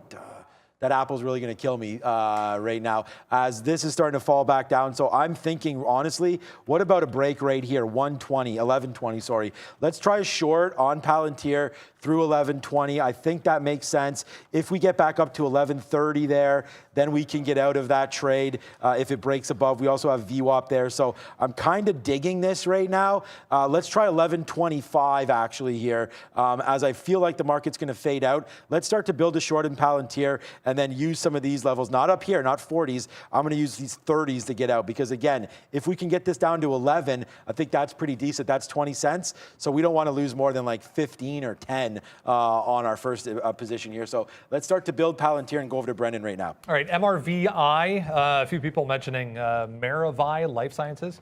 This Sartorius making a $11 billion bid, which apparently has already been turned down, it would appear. 42 in cash for this thing, for MRVI. So a huge move up here on decent volume, trying to get to 42 up here. Still some room to go, guys. So you reject 42 when you were at $23 at the end of January. Interesting. I remember how that, well, I guess it's not the same story, but I remember how that deal not going through worked out for Pinterest. But this is, look, it's a different story. Every situation is going to be different. I'm kind of tongue-in-cheek saying something like that. I don't really know anything about the company. But actually getting close to that 200, which is exactly where that $42 is. And keep in mind, when you get, anytime you get these deal prices or speculative prices, odds are that you're taking like a weighted average of like the last 3 months worth of trading when they decide how to value the stock. So forget about the fact that it was trading at 28 or 30 or whenever they announced the deal, and kind of look at it where it had a lot of volume in the last 6 months or so, and then decide that's going to be a price. So it seems like a hefty premium, but it's pretty much, you know, where it was consolidating at the end of this year at that 42. I think you probably have resistance up there, but I don't know if I want to jump into this one unless it maybe makes another push higher, closer to 40 even. That's not a bad little turn there. Sometimes these catch a good floor, right? Like if someone thinks they're worth 42 bucks, it can catch a floor at like a 38 or something, and we can start scalping it. But you know, this move has already happened. Either it extends back to 40, or we have basically nothing doing with that name. I talked about Square a little bit, and if the market wants to roll over, we've managed to somehow short Square twice, despite stopping out flat both times. We're able to get wins on them, and then trying to hold out for the bigger trade hasn't worked. If we make another press up, I'm still looking at that 119 square in the face to add and get a fourth short on. So Square is still on my radar. If it takes the top out, we all know it can run. Yesterday, that's exactly what happened. Went from a winning short to a flat stop and a $10 move. I could see a smaller move, but a still break happening at 119, but the market doesn't want to do it. All right, new position alert. Obviously, we talked about it. We just got filled, a couple minutes ago. But Palantir right now, actually, it went down to 19 or 20 there. Anyways, we're short into Palantir right now. We've talked about the levels that we like. We're going to put on a much bigger position right here at 25. So if that can come through, we will put that on. Right here, 25er. We'll try to put on a position right there for Palantir. We do have a bid though at 16. If it can flow back in here, around somewhere down into here, we'll take a bid and then we'll be sure we're short 22s. So we will take, 4, 5, 6, 7, 8 cents on the first piece. Well, if I'm at 16.22, that's only 6 cents. So we'll take 6 cents here on the first bid and then see if we can get into this area and start counting our eggs here. Because again, if this market fades out, which Apple's at down to 164, I hope you guys are still short that name. Unfortunately, we got out of that, stopped out on our own. We stopped ourselves out there. I'm not sure why I did that, but well, I am sure why. We talked about it. Palantir, okay, I mean, I don't know. What's this market going to do right now? Because the futures are dancing right now. I don't know what the imbalances are going to look like. Yesterday, they were completely tricked, so I don't know if I'm too concerned right now. I don't think the market goes back to highs of the day, and if they do, then whatever, man. Bob's your uncle, and you fooled me. I just didn't think this market wants to go upside. We're not going to go red today. I mean, we're green on the day today. Someone asked if I'm positive, or they asked if all of us are. I'm not going to say everybody else what they're up or down. It doesn't matter. Someone said, are we positive this month? Yeah, I'm positive this month, and positive last month, and so on and so forth. So I had a run of 12 and a half years of no negative months, and I don't think I had one last year, and I don't plan on having any this year as well. So, yep, and that's not necessarily the way you want to look at it, because like if you're down $1,000 in the month of January, but then up $10,000 in the month of February, I mean, that's and again, depending on how much you're looking to make, does it really matter? Like to say, oh, it's better to be up. That net, we get paid every month. So if you go down 1,000 in 1 month and make 10 the next month, you're still up 9 over 2 months, right? That's going to be better than the person that goes, well, I was positive 2 months in a row, but I only made $1,000 each month. So your net then is only $2,000. It's still at the end of the day. Are your strategies working? Are you confident enough to up your share size on those strategies? And I mean, it's so easy nowadays with machine learning, with spreadsheets and just your own data mining and things like that. You can easily find out if how you're trading has been successful. That's why, I talked about this with some of the trainees. That's why we keep all these sticky notes. I don't keep them all, and I'm going to start to do that because I have that idea. But, look over the last week.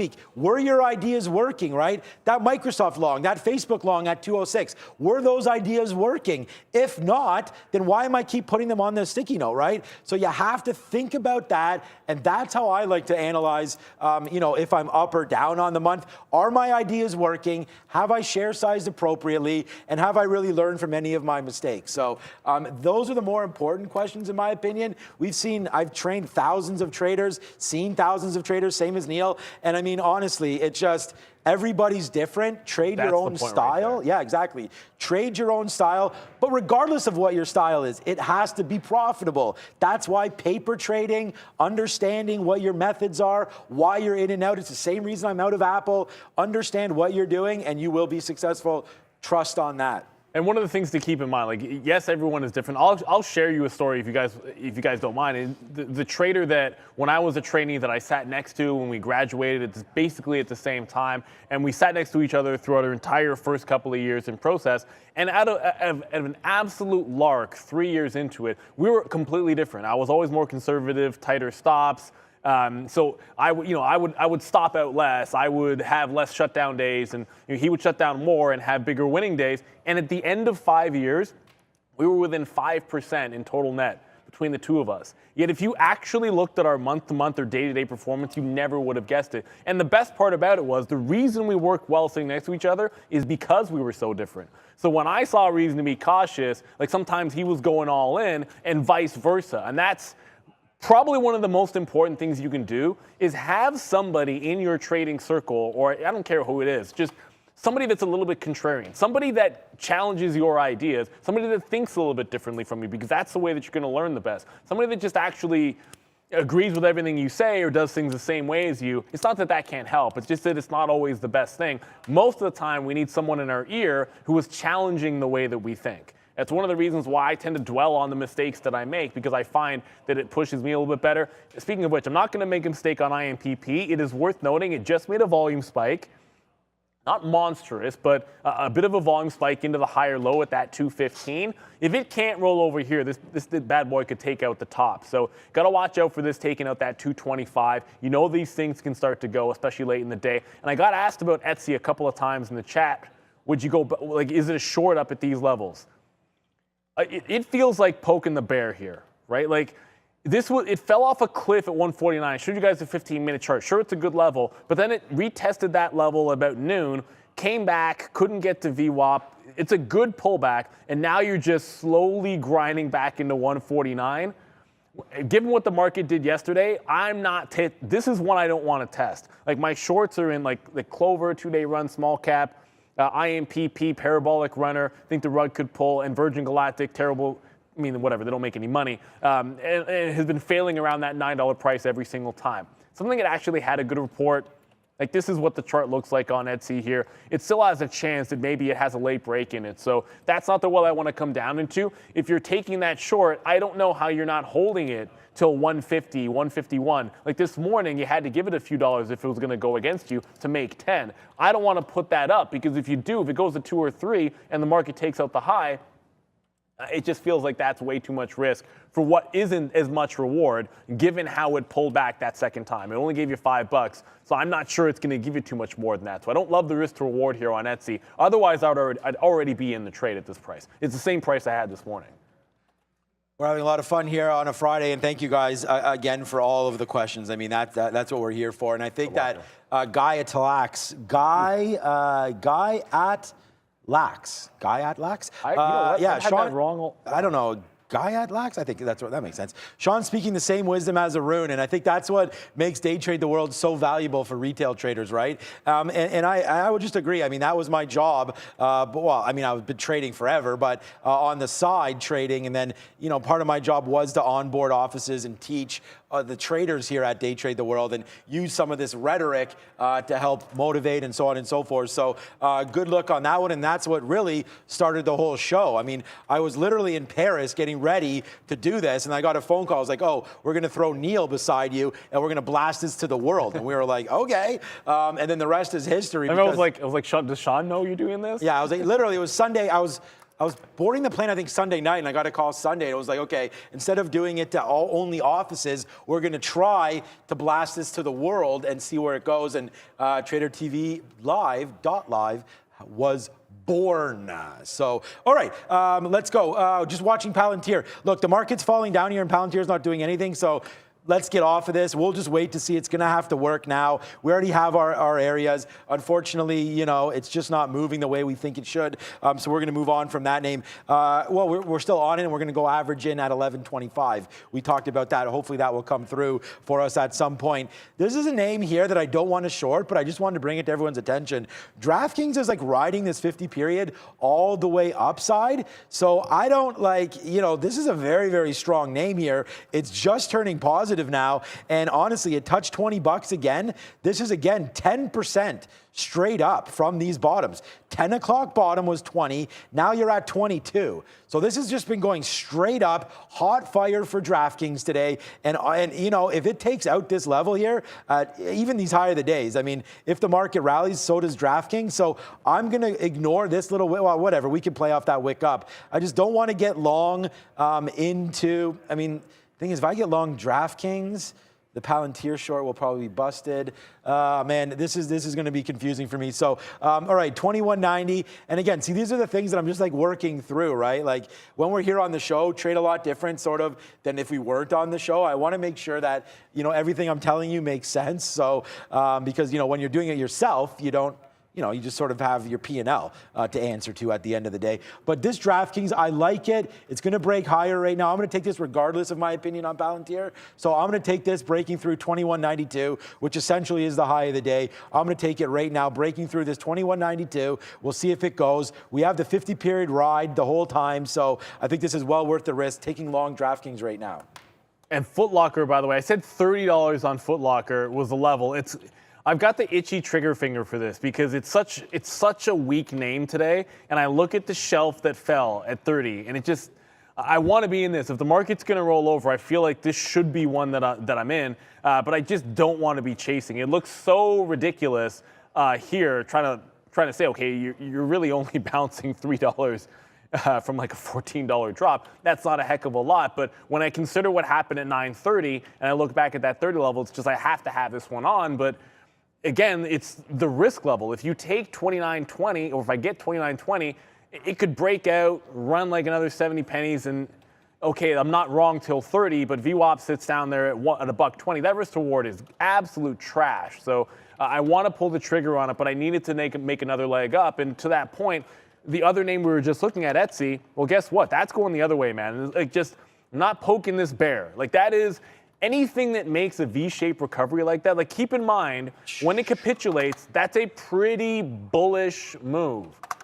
Like, for it to get off the hump like this, make a triple bottom, and then not just rally a little bit back and hold in the middle. I'm talking rally all the way back to the top, reject where it broke down, hold a higher low, not even get to VWAP for crying out loud, and then now breaking out the high. That's bullish. So there's certain things I don't want to do, and fighting Etsy, I don't think it makes a lot of sense. On the other hand, there hasn't been a pullback in U.S. steel, and I know sometimes they get that short interest. That's part of why it moves a lot. But up 10%, right in front of that high of the day. It's starting to get close enough to that 27 to poke that bear a little bit. I know where I'm wrong on this. I know I'm going to be wrong at that high of the day. I think there's room to come into the downside. So if I can catch it on this consolidation here, I'm going to try that U.S. steel trade as we speak. I was waiting for it to make a bit of a test to the upside so I can get closer to the high end of this consolidation. But now it's finally gotten to that price. And as I said, Etsy looks like it's going to break 150. And the market isn't even breaking out at this point. Where does Etsy go if the ES and the NASDAQ take out the high? It's probably like 155 at this point. So I wouldn't be fighting that name. It just feels like that's such a strong move off the bottom.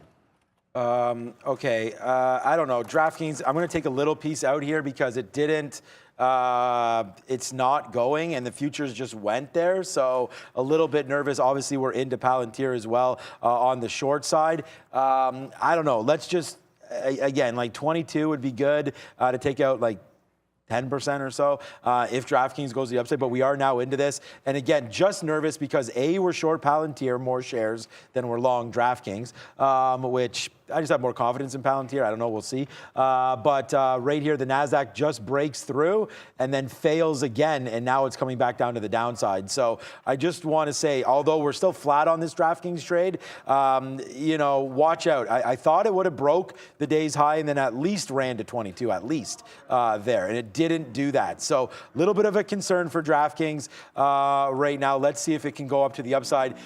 Whoa, but really it's Palantir that's of my biggest worry right now.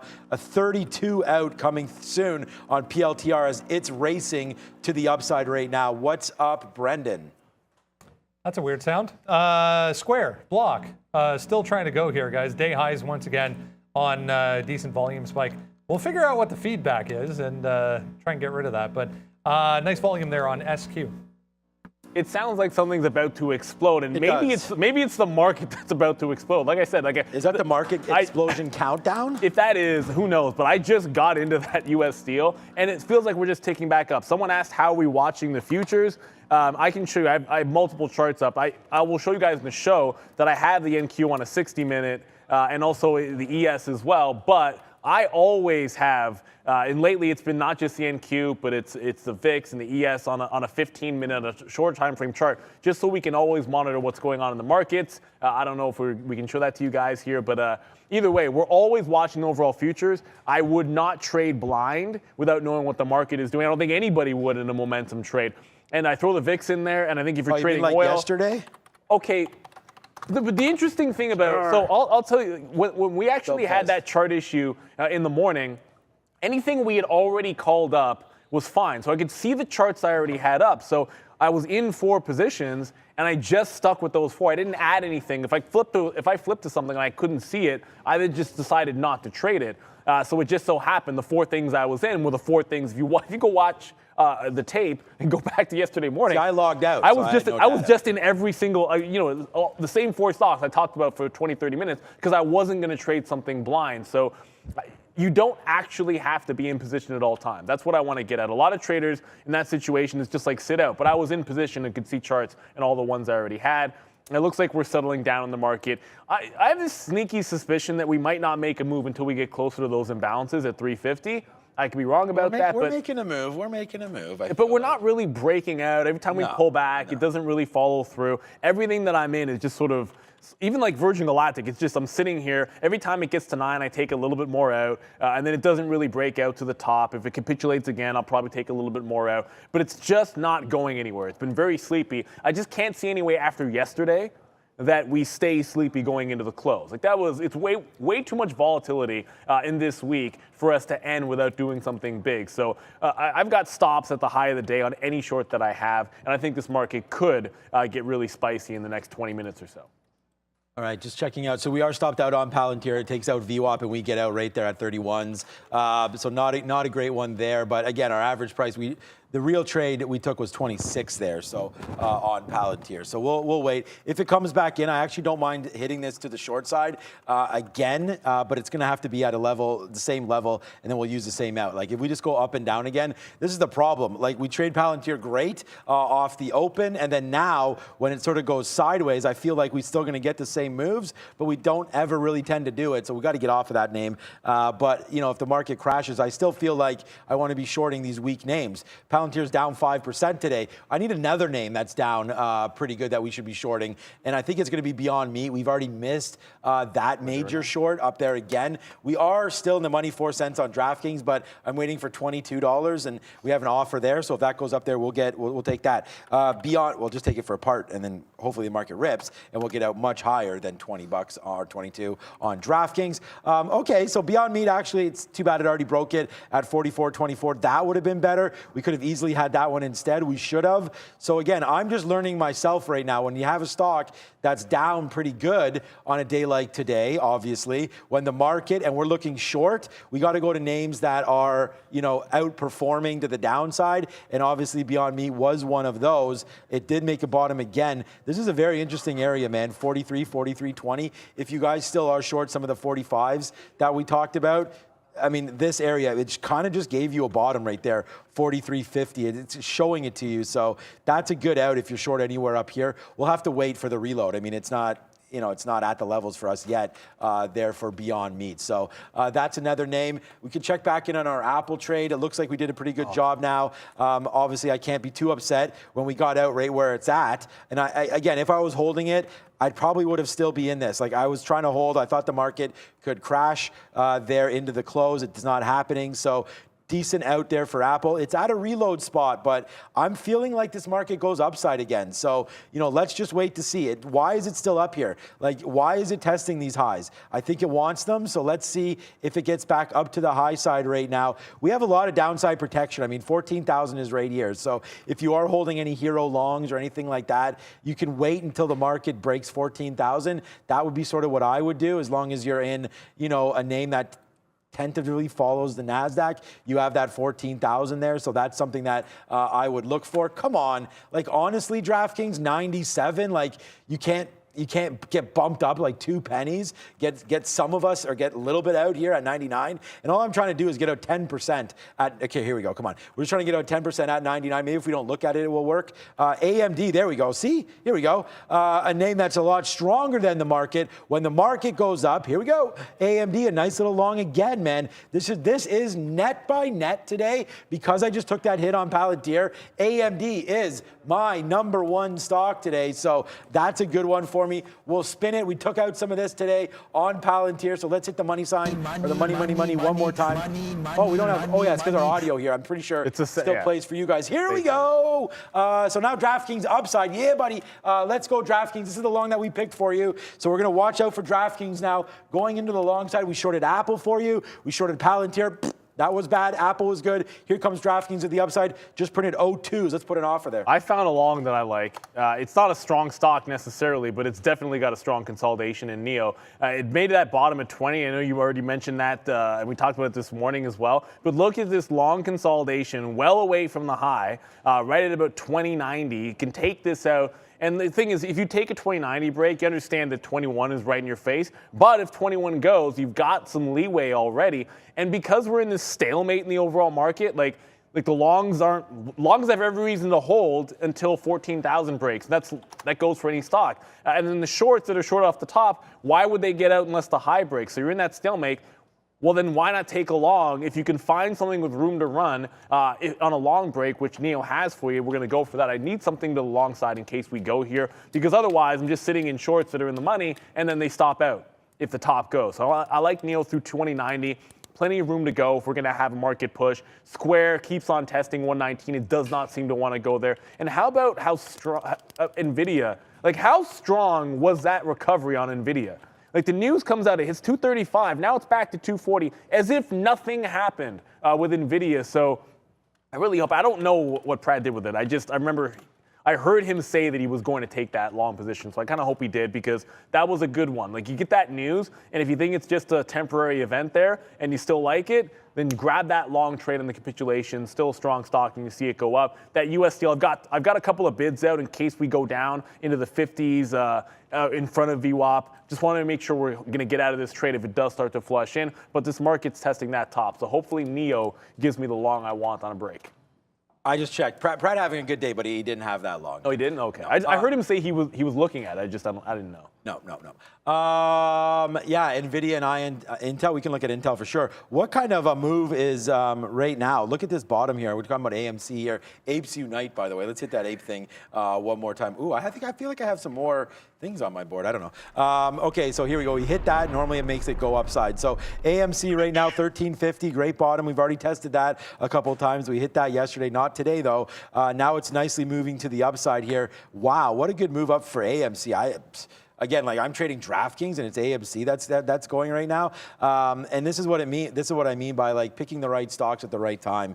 You know, DraftKings. Oh wow! I mean, good thing we got some out there. Did we ever get that 02 or what did we get? No, we just got 299s there out. So we're out of 40% of DraftKings. And it sucks because like why isn't this going up? We already got the break in the futures and DraftKings literally goes up 5 cents. So disappointed there. It's funny because I always say DraftKings is a short. Now I'm long and it doesn't go up. But AMC, same type of thing. I feel like there's still 30 minutes left, so I don't want to go short AMC because again, there's some nice volume coming in on the buy side here. Too big. Oh, you can't really see that. Let me see if I can maybe move this up aside here. Yeah, there it is. Some two big buy side candles right there coming in on AMC. So that could be something to look at now. But we're still at this top. I'd short it here maybe, but. I don't know where the strength is coming from. AMC, a nice little move to the upside. Let's check out Gamestop because they can tend to move together. Gamestop, I haven't looked at this in a while. 119. Yeah, there it is. So a nice move upside. They have 120 staring at it right here. So this could be a short in Gamestop off that 120, especially if the market does pull back a little bit. A nice move. Like this is $3 straight to the upside here. I guess we were down about 6-7% at the bottom there, but a nice move back up for GameStop. So I'm thinking this is maybe a short against that 120. So let's put that on. GameStop short here against 120. Yeah, and just people keep saying 119 is going on square. Look, it broke 119 this morning, right? And it got like to the quarters and pulled back hard. It then broke it again late in the afternoon, barely, and then pulled back. It broke it here since we're on the show at about 3:15, like 15 minutes ago, and then had a wick off top again. It really needs to just hold a bid. Sometimes it's more about can we hold a bid above that price and then try to go. I think rushing, if you took that break every single time, it's been failing. I think it can be good if it gets there. And I should have mentioned when I talked about NEO that they report on Monday after market. So shout out to anyone that was saying NEO reports. You're right. They report after market. We saw what Square did.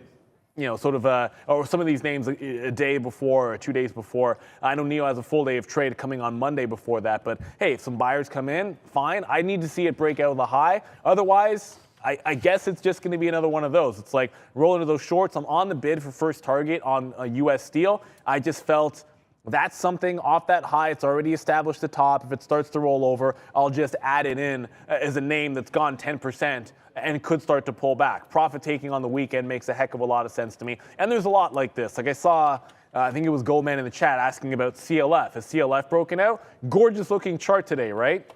Okay, yeah, well this is the 200 period that it's just gone right to and then found that top. So if I wasn't already in US Steel, then I think Cliff would be the same type of notion where any profit taking comes in, you know where you're wrong. You even have this double top and the 200 period working for you. As that happens, we'll finally take a target out. I got some out of Virgin Galactic and didn't hit a key, so we'll do it there for US Steel. Nice round off trade. I think Cliff could have been the exact same type of thing.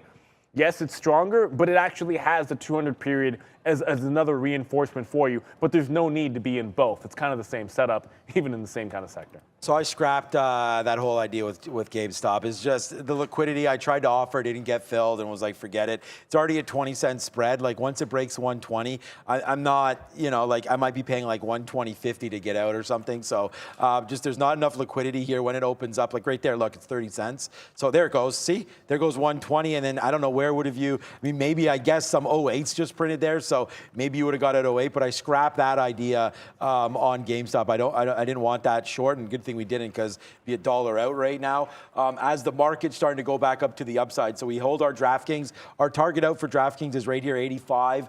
I put the order a little lower than that, but again, if we take out the 50 period, that's where we're going to get out. Hopefully we can take this through the high of the day. Obviously, I'm sitting here at 22.02, which is the high of the day, to see if we could take that. Yeah, thanks, Henry, man. What's up for the super chat? 420 super chat. So there it is, boys. I'll take it right here. The 420 super chat is in the building right there. Thank you, Henry, for that. Reload those gift horses. Well, yeah. I mean, I wouldn't mind reloading the gift horse, and I know that you are always on Palantir, Henry, my friend. But unfortunately, I am not reloaded long. We did try a short on Palantir and got stopped out, so we should have been long down there and trust. But again, I don't trade my book. Like I trade what I see. I obviously am long Palantir. The last time I bought this was 12.05. You guys know that. We didn't get anything at 10 bucks there. Should have, but you know, in the flush downs like we're doing the show, we don't buy or sell stock in our own personal accounts while on the show. So, but 11.36 right here.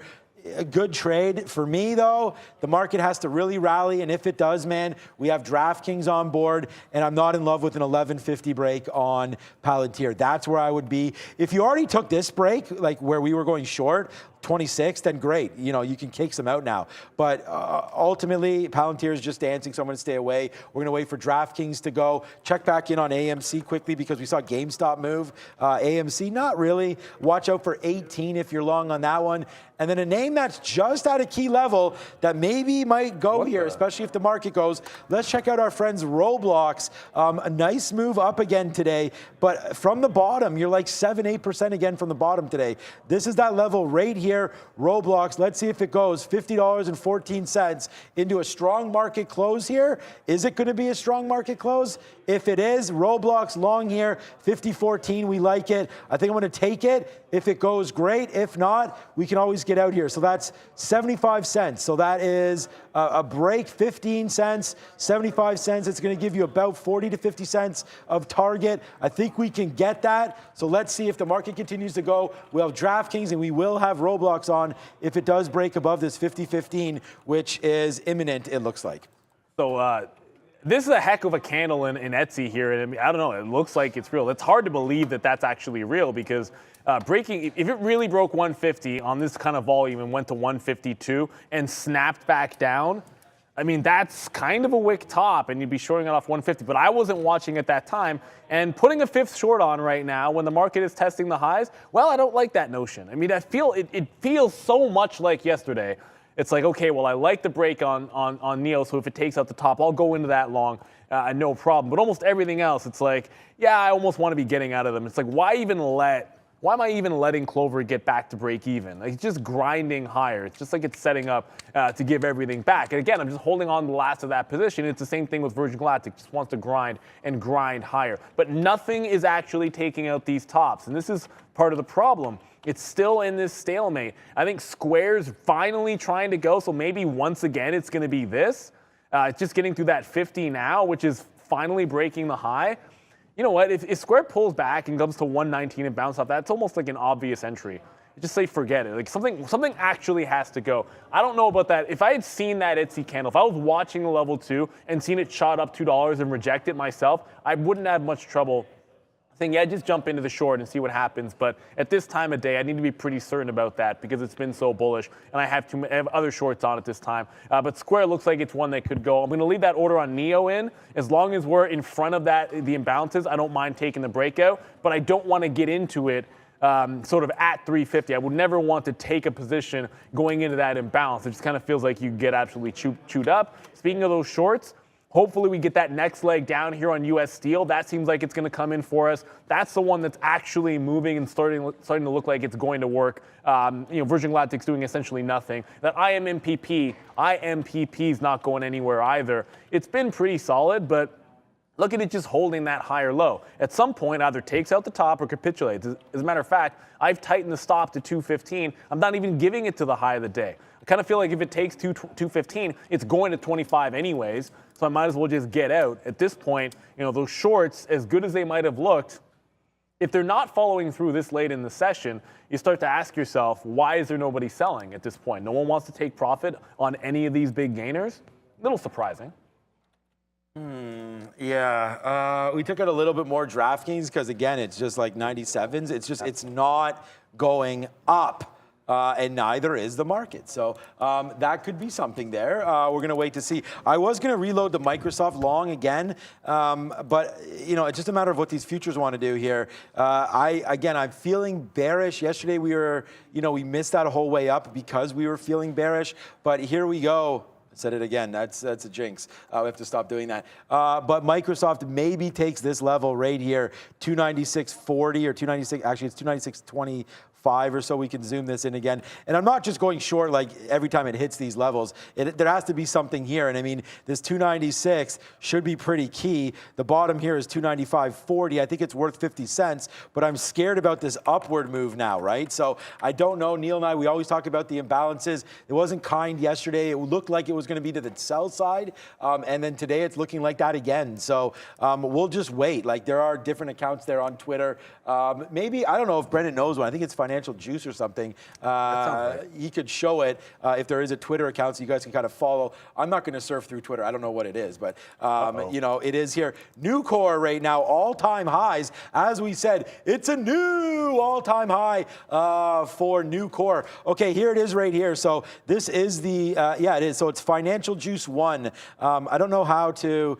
maybe if I click this, and we're in no way affiliated with it. I'm going to put this into the chat if you guys want to watch it with us. And again, it's just to give you a rough idea. So, it's not, I didn't tweet anything yet, I guess. But it'll come out when it comes out. This is what I get. Brendan sent this to us. So this is what it is at Financial Juice 1. We are in no way affiliated with it and in no way responsible for anything that that account puts out. But you will sometimes get an early look. So if you ever hear Neil and I mention, it's looking like a sell side, it's because Brendan or Trader Prad will put that into our chat and we'll give it to you. So go ahead. One thing to keep in mind, like until 350 hits and publicly all the imbalance information is disseminated, that's when you get the official number. Anything else is pretty much an estimate, and people can have sources on the floor, but it's usually incomplete, so it's an estimate, and it's not always 100% correct. I don't care who's giving you an early number. It's not usually going to be 100%. Yesterday it was a sell in the market right, rip. The market rip, right? Like that's the thing. That Nucor, and I'm glad Brendan put it in there, breaking out. So obviously, if Nucor is breaking out and still trying to push, I just saw it take out that high. If it continues through the top, I'll get more aggressive taking out U.S. Steel because I'm in a short position and they're obviously related. Let's not pretend that they're not. So Nucor looking very, very strong. U.S. Steel is they're not as solid of a name. So I would think out of the two, if they're going to take profit, U.S. Steel is a riskier asset of the two of them. That's why I like shorting this and not Nucor. But I can't ignore the fact that Nucor is trying to take out that top. So while this is working, I do have to be at least a little bit conservative with this play. And remember IMMP? I just said I would load up. Oh, it's IMPP. There's an actual IMMP that I traded before, so sometimes I mix those two up.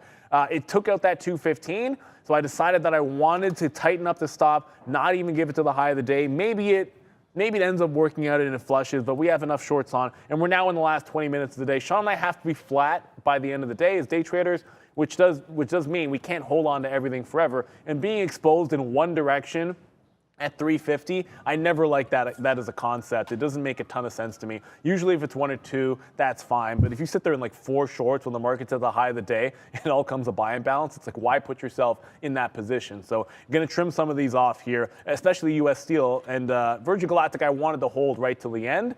Might not even be able to do that. Yep, exactly. So we're just still, someone said, no, I didn't see them tweet anything yet, Financial Juice. Someone said they just tweeted, but I don't know if they did or not. We'll give you the update as it comes through. All right, so we are also looking, guys, obviously here at DraftKings. We just took a piece out at 90. Whoops, where is it? There it is. There it is. That's still the wrong chart. That's Ethereum. I was looking at that. We just took out a 99 offer there out. So again, like I don't know why it's not breaking, and I don't really care why, other than the fact that the market is just dancing right here. I wish the market was moving and we'd be into something else. But honestly, like I'm waiting for Microsoft to dance around and do something. Like I can't get into these trades right now. Let's go over to Beyond Meat. That was one that possibly is moving again. We only have 20 minutes now, 10 until the imbalance comes out. Beyond Meat, again, like still not doing anything. Needs to take out some of these levels or head back up to the upside before we short any of that. Is there anything you guys want me to look at? Put it now in the chat. Square testing 1, 130 rate, or sorry, 120 right now, up almost 30%. So let's just see right now, Square, looking at that. It's a New York name, so we'll have a quick look at Square. Yeah, oh, it already touched 120, so that's perfect. What a good short that would have been, 120 off that. And again, if you're trading the right names, like I'm trading DraftKings a $20 name, this is a $120 name, so the moves are going to be a little more violent here. So you take more shares in DraftKings than Square. Well, up to you, but that's what I do. Take more in the lesser value and then take less of a win on, like 10 cents in DraftKings might be the equivalent to like 50 cents in Square. You got to figure that math out and look at the stock before you make those assumptions. But a lot of AMD. Square, nicely done to the upside here. A lot of people want to talk about McDonald's. What? Let's check out NVIDIA quickly here. 230. Let's have a quick look. I'm not going to look at a daily chart. Let's just look at a minute chart here. I believe, and again, I believe the market wants to go up here, and I don't know why. Like, I feel like it's hanging out at the top, and every time it breaks this, it comes right back.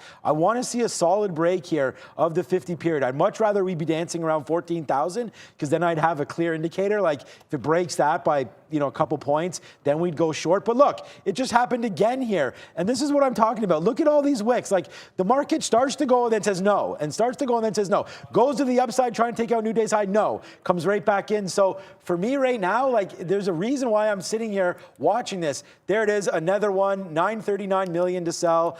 So we still are looking at that from that financial juice. So if we are going to the downside here, I do like NVIDIA breaking right now 239. It's a trap. Yeah, you think it's a trap again? It was a trap yesterday. Huge so trap. Yeah, we'll see. I don't mind this short though, in case it's not a trap. But the futures, man, they're bouncing around. I don't care about that hack of NVIDIA. That kind of stuff will get itself sorted out. They'll get that figured out. There's just as many smart people working for the good guys, I hope, as the bad guys. So right here, 239.30 would be a breaking spot for NVIDIA. Or if the market comes out long side, which it looks like it wants to do right now, we just take this break, man. Let's just take a 240 break, a 240.50 break, actually. If we could take that to the high side, that's what we'll look at. AMD might be better, Neil, because I don't see much on NVIDIA. I was looking, NVIDIA's, sorry. You just said it. At least AMD, has a double top at this 121, which it's put in pretty much all afternoon. The only caution I would say is keep in mind. I know Pratt talked about it. We said it this morning. 122 was that high that we had a double top before we made that bottom recently. So it can be a bit of a breakout at that 121. But I think it's a dollar kind of scalp, and then see what happens at 122 at best. I might cancel Neo and take an AMD break myself, just because I think this one's going to go right now. Oh, and of course, as I say it gets to like 94 and then can't actually break 121. It's like nothing wants to actually take out that high. We'll get close. We'll teeter on it for a little bit, and then we'll just decide to reject it. I took out Clover because that wasn't moving. I just hopped on the bid. I'm going to do the same thing in Virgin Galactic in the next couple of minutes here, unless it takes out that high. But I'll take an AMD break, and hopefully it actually follows through. Square's been trying to do that. It got a buck. There's at least $1 to that 122 level. But I want this to happen before we get to 350. If it gets to like 48, 49 and we haven't gone, I'm canceling this bid. All right. I took a square long, and it, as per usual, there it breaks the high and then comes right back. So, these aren't going to be big positions or anything like that, but we are going to test it out with Square. Take a hot name today and see where we go with it. So we'll test it out here. We do have 5 minutes now until the imbalances come out. Obviously willing to lose on this trade, but the market just took out. I mean, wasn't that day's high right there? Close, not almost. Almost took out day's high before. Dancing around again. So we'll average in one more time to Square, and that's that. We're going to see if we can respect down here, 118.90. Like I said, the imbalances are indicating to the downside, but we saw that yesterday, and it completely flipped on everybody. So let's wait to see what happens today. I'm going to average into this one right down here. If it flushes into the 30s, we'll take another bid on Square, and that's that. Our DraftKings at least is working. That's 7 cents in the money, a whopping 7 cents. So we'll wait to see if that comes through. But here we go. Damn it, I said it again. That's what didn't work yesterday. Stop that. I got to think of a new saying, which I will do.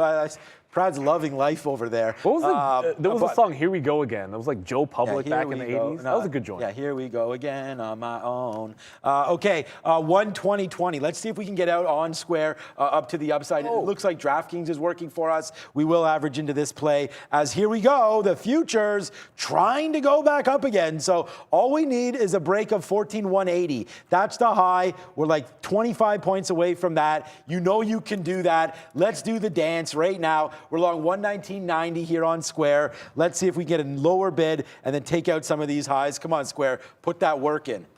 This is like the worst break ever on AIM. Like I should just immediately get out of this. Like it finally takes 121, goes all of 4 cents, and then immediately pulling back into the 90s. And as we inch closer to these imbalances, this is kind of what I didn't want to happen, is that you have to make a decision on a tight stop, on a break, on a 120 stock. Do I really only give it 10 or 15 cents? But the problem is I'm giving it 1 minute. No. You're running out of time here. You need this to happen and start to go before 350 comes, because if it is a sell, this can reverse off these highs pretty quick. You might have heard me just say, there. There was a big, I gotta get an order out ahead of this. There was a big size there at O's. There it is right there, 40,000 shares. There's 40,000 shares selling 120 flat against me right now. There it is right there. I don't know if you guys can see it. It's bouncing around pretty quickly there.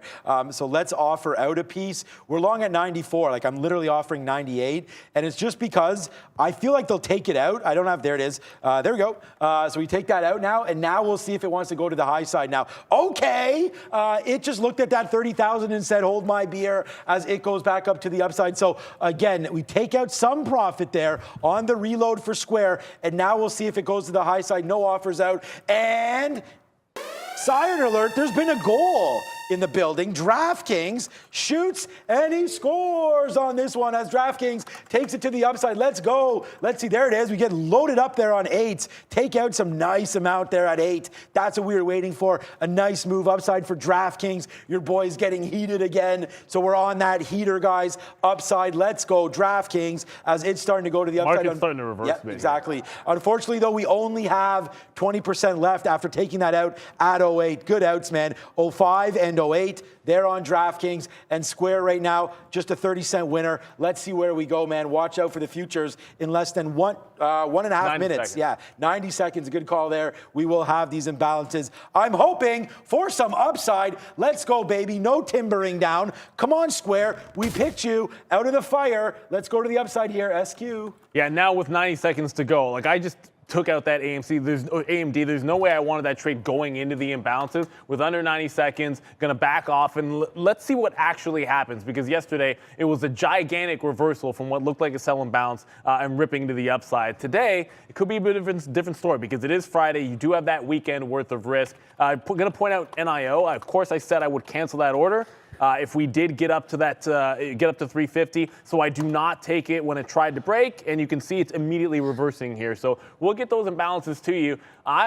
It feels like a little bit of a trap, but when everyone's thinking that it is, it probably means we're actually going to get that sell coming in, right? Like everyone's so hesitant after yesterday that maybe the short does end up working. I covered all of my shorts, by the way, just so you know. Just didn't want to hold on to them after what happened. Some of them were flat, but a couple still in the money there. U.S. Steel for only a couple of cents after we got that first win. But let's see. I'm watching NEO. They reported aftermarket on Monday, and they're trying to break out here. Cha-ching right now. How does 70 cents taste right now on Square, guys? So it makes that little loss on Palantir look small at this point with only, this is the imbalances right here. They're not out yet. This is going to update in 10 seconds as it's 349.53, 54. Let's go, DraftKings. DraftKings exploding to the upside right now as well. That's a 20-cent winner. 70-cent winner on Square. And here we go. The imbalances are out, and bye-bye goes Square. 80 cents now in the money. Yeah, buddy. Maybe the imbalances to the upside. I don't know, but now they're coming upside. What do we have on here? Apple. Yeah, Apple with a sell, which is a little strange. So let's just figure this out. The market is now coming back down, so we'll see where we go from here. But nice little win there for Square. Why am I on Apple? Oh, yeah, because we're watching it. Intel right there. AMD with a sell. So some sells on NASDAQ, but Square saying literally, hold my beer. Square, nice move to the upside, 65 cents in the money. Yeah, it looks like the market basically flat. It didn't do anything, but it's mostly like BAC. All these things that are going to pair off. It's a nothing burger, the imbalances. Wah, wah. There goes DraftKings up to the upside. We already hit it right there. Shoots and scores on DKNG. Look at this trade, guys. Boom, all the way up there to 17. A nice win for us on DKNG. Sticky Note Nation, what's up, Frank Sellers? I almost said Sellers there. Frank, thank you so much for that one. It is Sticky Note Nation. Sticky Note Nation is in the building as well. So thank you so much for that love. There it goes, DraftKings. Next stop, who cares? We don't have that much left. We have 10% left, literally. So the good outs were right here, 5s and 8s. We waited for that, man. We waited for that. It came out. So thank you, stock market gods, as you started a nice little rally to this end of the day. As there's Square, nice move to the upside. I think we'll just take it out. Wow, why? We have a little bit of time to go here. Let's hold Square. Let's see how far we can go. We're already in the money. $1. Holla at $1 right now. We've had multiple dollar winners today, man. Lots of them. We have we had, well, not DraftKings, but we had AMD with a beautiful winner. We had Microsoft with a multiple dollar winner. We are enjoying Square right now. I'm just looking over the board, everything that we traded so far today. Roblox, the funny thing is, man, I didn't even notice Roblox. We got in there and we got out, and I was like, no, I'm not holding Roblox, DraftKings, and Square into these imbalances. So we get in and out of that one, as now it's coming back down in. So yeah, we don't have to celebrate this too much. Square coming back in. We should take this out just as the win is a win. These imbalances, I don't know what they're doing anymore. 700-800 million right now. I didn't even look to see if Square was on here. I mean, that was pretty silly. Square's not on here. What's up, Valeria? Hey guys, just 8 minutes left until the end of this trading week, and I remind you to smash the like button. Please make your contribution into the trading community and help us to get 1,000 likes. Back to you guys. Yes, sir. And it looks like a lot of rejecting the top is what's happening again. So like I said, it's pretty much a nothing burger across the board. That Etsy, that actually sold off a little bit at $3.50. I didn't see it on the locator, but that dropped $2. So the profit taking might have come in. I don't know if that wick was real, man, but it absolutely was a wick off top, and that could start to fall.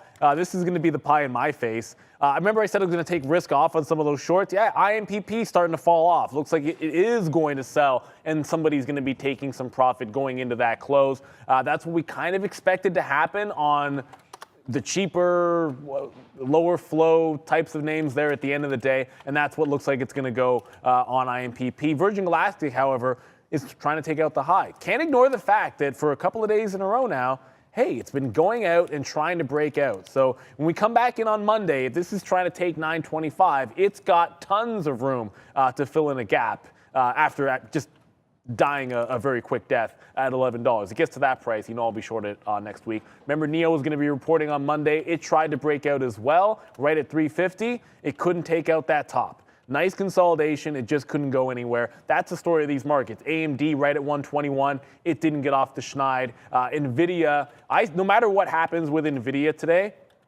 even if it does, it's down it's down from those highs, and it never got back to those highs. But that doesn't actually tell the story for NVIDIA. It's up only 1.6%, but it came $6 off of the bottom when that news dropped of the cyber attack. That's a very, very bullish move, even if it can't take out the high. Good look for NVIDIA going into next week, because this is a big week next week.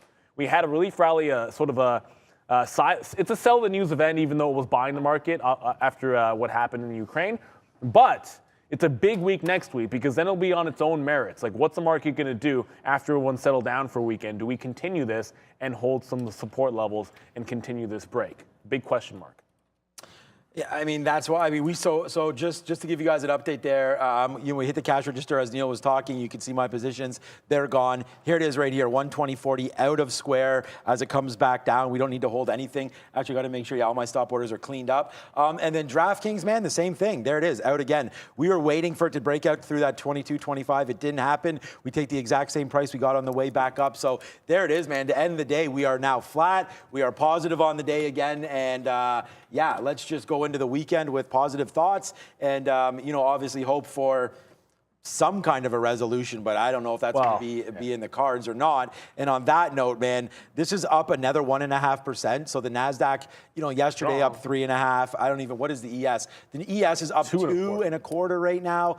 So I'm stealing Brendan's fire. But the point about it, what I'm getting at is just like this market, ever since the invasion, is up a hell of a lot. It might even be like the best 2-day run. I think it is the best 2-day run in the year so far. So, I mean, it's an unbelievable move up. And I just think the right move to be is flat. Look, I'm still long. I haven't, in my long-term account, it's fine. I'm fine. I'm not really selling anything. But I just think for a swing trade, I just think you're playing with a little bit of fire, holding something over the weekend. If you are doing that, good luck to you. Just make sure you're holding names that, you've sort of tactically understand where your ins and where your outs are, because other than that, like we could come in on Monday and the market could be up or down 3 or 4% again, and your position is way offside. I would say maybe something it doesn't have as much exposure to the risks of the headlines over the weekend. Like that's that could be something you lean into. Certainly, maybe like that Russian ETF isn't what you want to be swinging unless you have a distinct plan. Because guess what? I remember a certain viewer was like, "I'm buying it up at the bottom yesterday," and that was a huge win. So sometimes you go out there and you shoot your shot. I'm talking about RSX, by the way, which was doing this. I mean, obviously it's doing this, but it had a monster rebound from yesterday. It's giving back some because obviously risk off over the weekend, right? But sometimes you take a shot like that in a double bottom, and it just works out gorgeously for you there. So risk rewards the bold. A lot of times we got about 3 minutes to go until the market close here. It looks like we're going to close close to those highs. I was checking on Bitcoin. It tried again to make a run at 40,000, couldn't quite get there. Looks like just about everything I looked at was right on that top. 39.1. What? It's out. Bitcoin's at 39.1. Yeah, no, but there was a late push there in the afternoon. That's again, pretty good. I consider that 40. It is good. That's close enough. But nothing actually broke and held through some of those levels that we're looking at. So a bit of a disappointment. Like AMD looks so strong and then does nothing. It's up 3.5%, and I'm complaining about it not breaking out. I guess. I just want to show everybody. Yesterday, we took shorts in Alibaba up to this level 108, and we're visiting this level again. But look at this, Alibaba with a buy imbalance of 1 million shares, and you could see that came out right here at 450 or 450 right here, and it just shot up. Even though the market's kind of dancing and not doing anything, even though this has a big buy imbalance, you could see it shoot to the upside. So that just shows you sometimes the influence. Like we could have been short BABA, and then all of a sudden, like, you wouldn't be short in, maybe you're short in here, but if you're short and then the imbalances come out right here, 107.75, it just shoots it up, and that's just sort of what these imbalances can do. There are some deletions and whatnot happening today, so that's why this INFO is here. And BAC, let's see if it's taking it out. Tim said, you said something like prof or whatever about he who dares wins is what I was going through. That was Tim, but I was in reference to what you said. Risk favors the bold or something like that. Like that. And Tim Fortune favors the bold. That's is that what was. I said? I don't know. Let's just say that's what you said. It's Friday. And then he who dares wins was from, I guess, what was it, British Navy SEALs? SAS. That Special Air Services there. So Tim said that yesterday. And now that he's seeing us more and more, it's like, yeah, if you take some risks, you can win. But he who dares also gets smoked sometimes. But that just comes into play. Quick check here. But I do agree with that statement. That's a good one. I'm glad Tim mentioned that to me. I'll remember that now. But Square coming to the downside. It looks like Miss V will be on the bell once again. And the green paid off one more time. Let's hit the cash register and let's do the arrow up. No doubt. Because right now, give me that arrow. Right now, it's a nice upside in the market as we're getting ready to close out the week. What a long week. What a tough week. And it was only 4 days. Hey, that's a crazy thing. It was a holiday shortened weekend. There was more action this weekend than not many that I can remember. How many times do you see a rebound like we did? In our trading careers, you actually haven't seen one because it was 2002. We both started just after that. Dropping the countdown. 4, 3. Yeah. Tony, you guys see Tony in the background. Thank you. There he is. He's like, What is that bell ringing happening there? Tony, Thank you, Tony. First of all, look, this is how good of a guy Tony is, honestly. Yes. Tony, so I said to Tony last week, I was like, those candies, although you liked them, I didn't. I mentioned to him, hey, get the caramels. This guy went out on the weekend and grabbed those caramels. So thank you so much to Tony. If Prad could just lower his voice just a little bit there, Prad, that would be great. Let's go, chill, Winston. Let's go over to the bridge here. Prad celebrating hopefully some victories. Let's go over to Brendan and see how this day wound up. Easily, Sean, to answer your, there we go. To answer your early question, easily the biggest two-day rally, biggest single-day rally yesterday for the overall market. So nice look here. To wrap up the week for all three of these, 2.25% for the S&P 500, 2.4 for the Dow, 1.5 for the NASDAQ. So nicely positive top to bottom. Crude oil, bit of a fade into the weekend. But yeah, good to see. Nice bounce back. We were wondering to start the day whether people would want to be long into the weekend. So a resounding yes would be the answer. They didn't take any profits, that's for sure. First of all, it's who dares wins. So someone said that it's not he who dares wins. That would not make sense, especially today. It should be who dares wins. But again, people asking for Platinum Tony, that's not, come on, guys. It's Platinum Prad. That's his thing. Tony, yeah, that's his thing. Tony ain't going Platinum Blonde. He doesn't need to. Unless he wants to. Up to him. But we're not going to start like a GoFundMe for that or anything, boys and girls. But thank you so much. Bullet Tooth Tony. I don't know what any of these things mean, but everybody is loving Tony right now. Though. I do want to give a big, big thank you once again to Rayanne here. If you can show the screen one more time just so I can big this up. Thank you so much again for the super chat. I believe today over $500 to $600 sponsored the show. Thank you so much, Rayanne. And I'm really, really glad that you love the sticky note. I rushed to get that to you guys today, and it looks like it's paying off again. So really, really happy with the way the day turned out. And yeah, I don't know, just hopefully the weekend brings good notes to the world. Absolutely. We hope obviously to have good news over the weekend and no further bad, but it should be an exciting week. I know we're looking forward to it a heck of a lot there, gentlemen. Yeah, exactly. Thank you so much today. Obviously, Tim, Lucas, great work on the ones and twos. Mark has yet to fall off ladders, and he was on a real tall ladder today, and I was like, oh my God, this is going to be disastrous. But Mark, a professional, he knows what he's doing. And I said to him, like, when are we going to be done? Hopefully next week. And then he listed off like 10 other projects that he has. So we'll be seeing a lot of Mark probably. I want to give a big thank you to Trader Prad as well, and obviously Miss V. There he is. What's up, Prad? Thank you so much again. Great show once again in the midday show. Thank you to Ms. V for ringing that bell and answering the questions and bringing the like count to fruition for us. Thank you to Tony as well. And just thank you to Liz today. There's Tony. What's up, Tony? Say hi, Tony. Give a wave. There he is. What's up, Tony? Have a great weekend to Tony. And for everybody out there, man, thank you again for watching us this week. It was a crazy week. I hope we helped you navigate the markets a little bit. We're going to be back on Monday. With that being said, stay tuned for the trade of the day, and I hope everyone has a safe and prosperous weekend. See you guys. Ciao.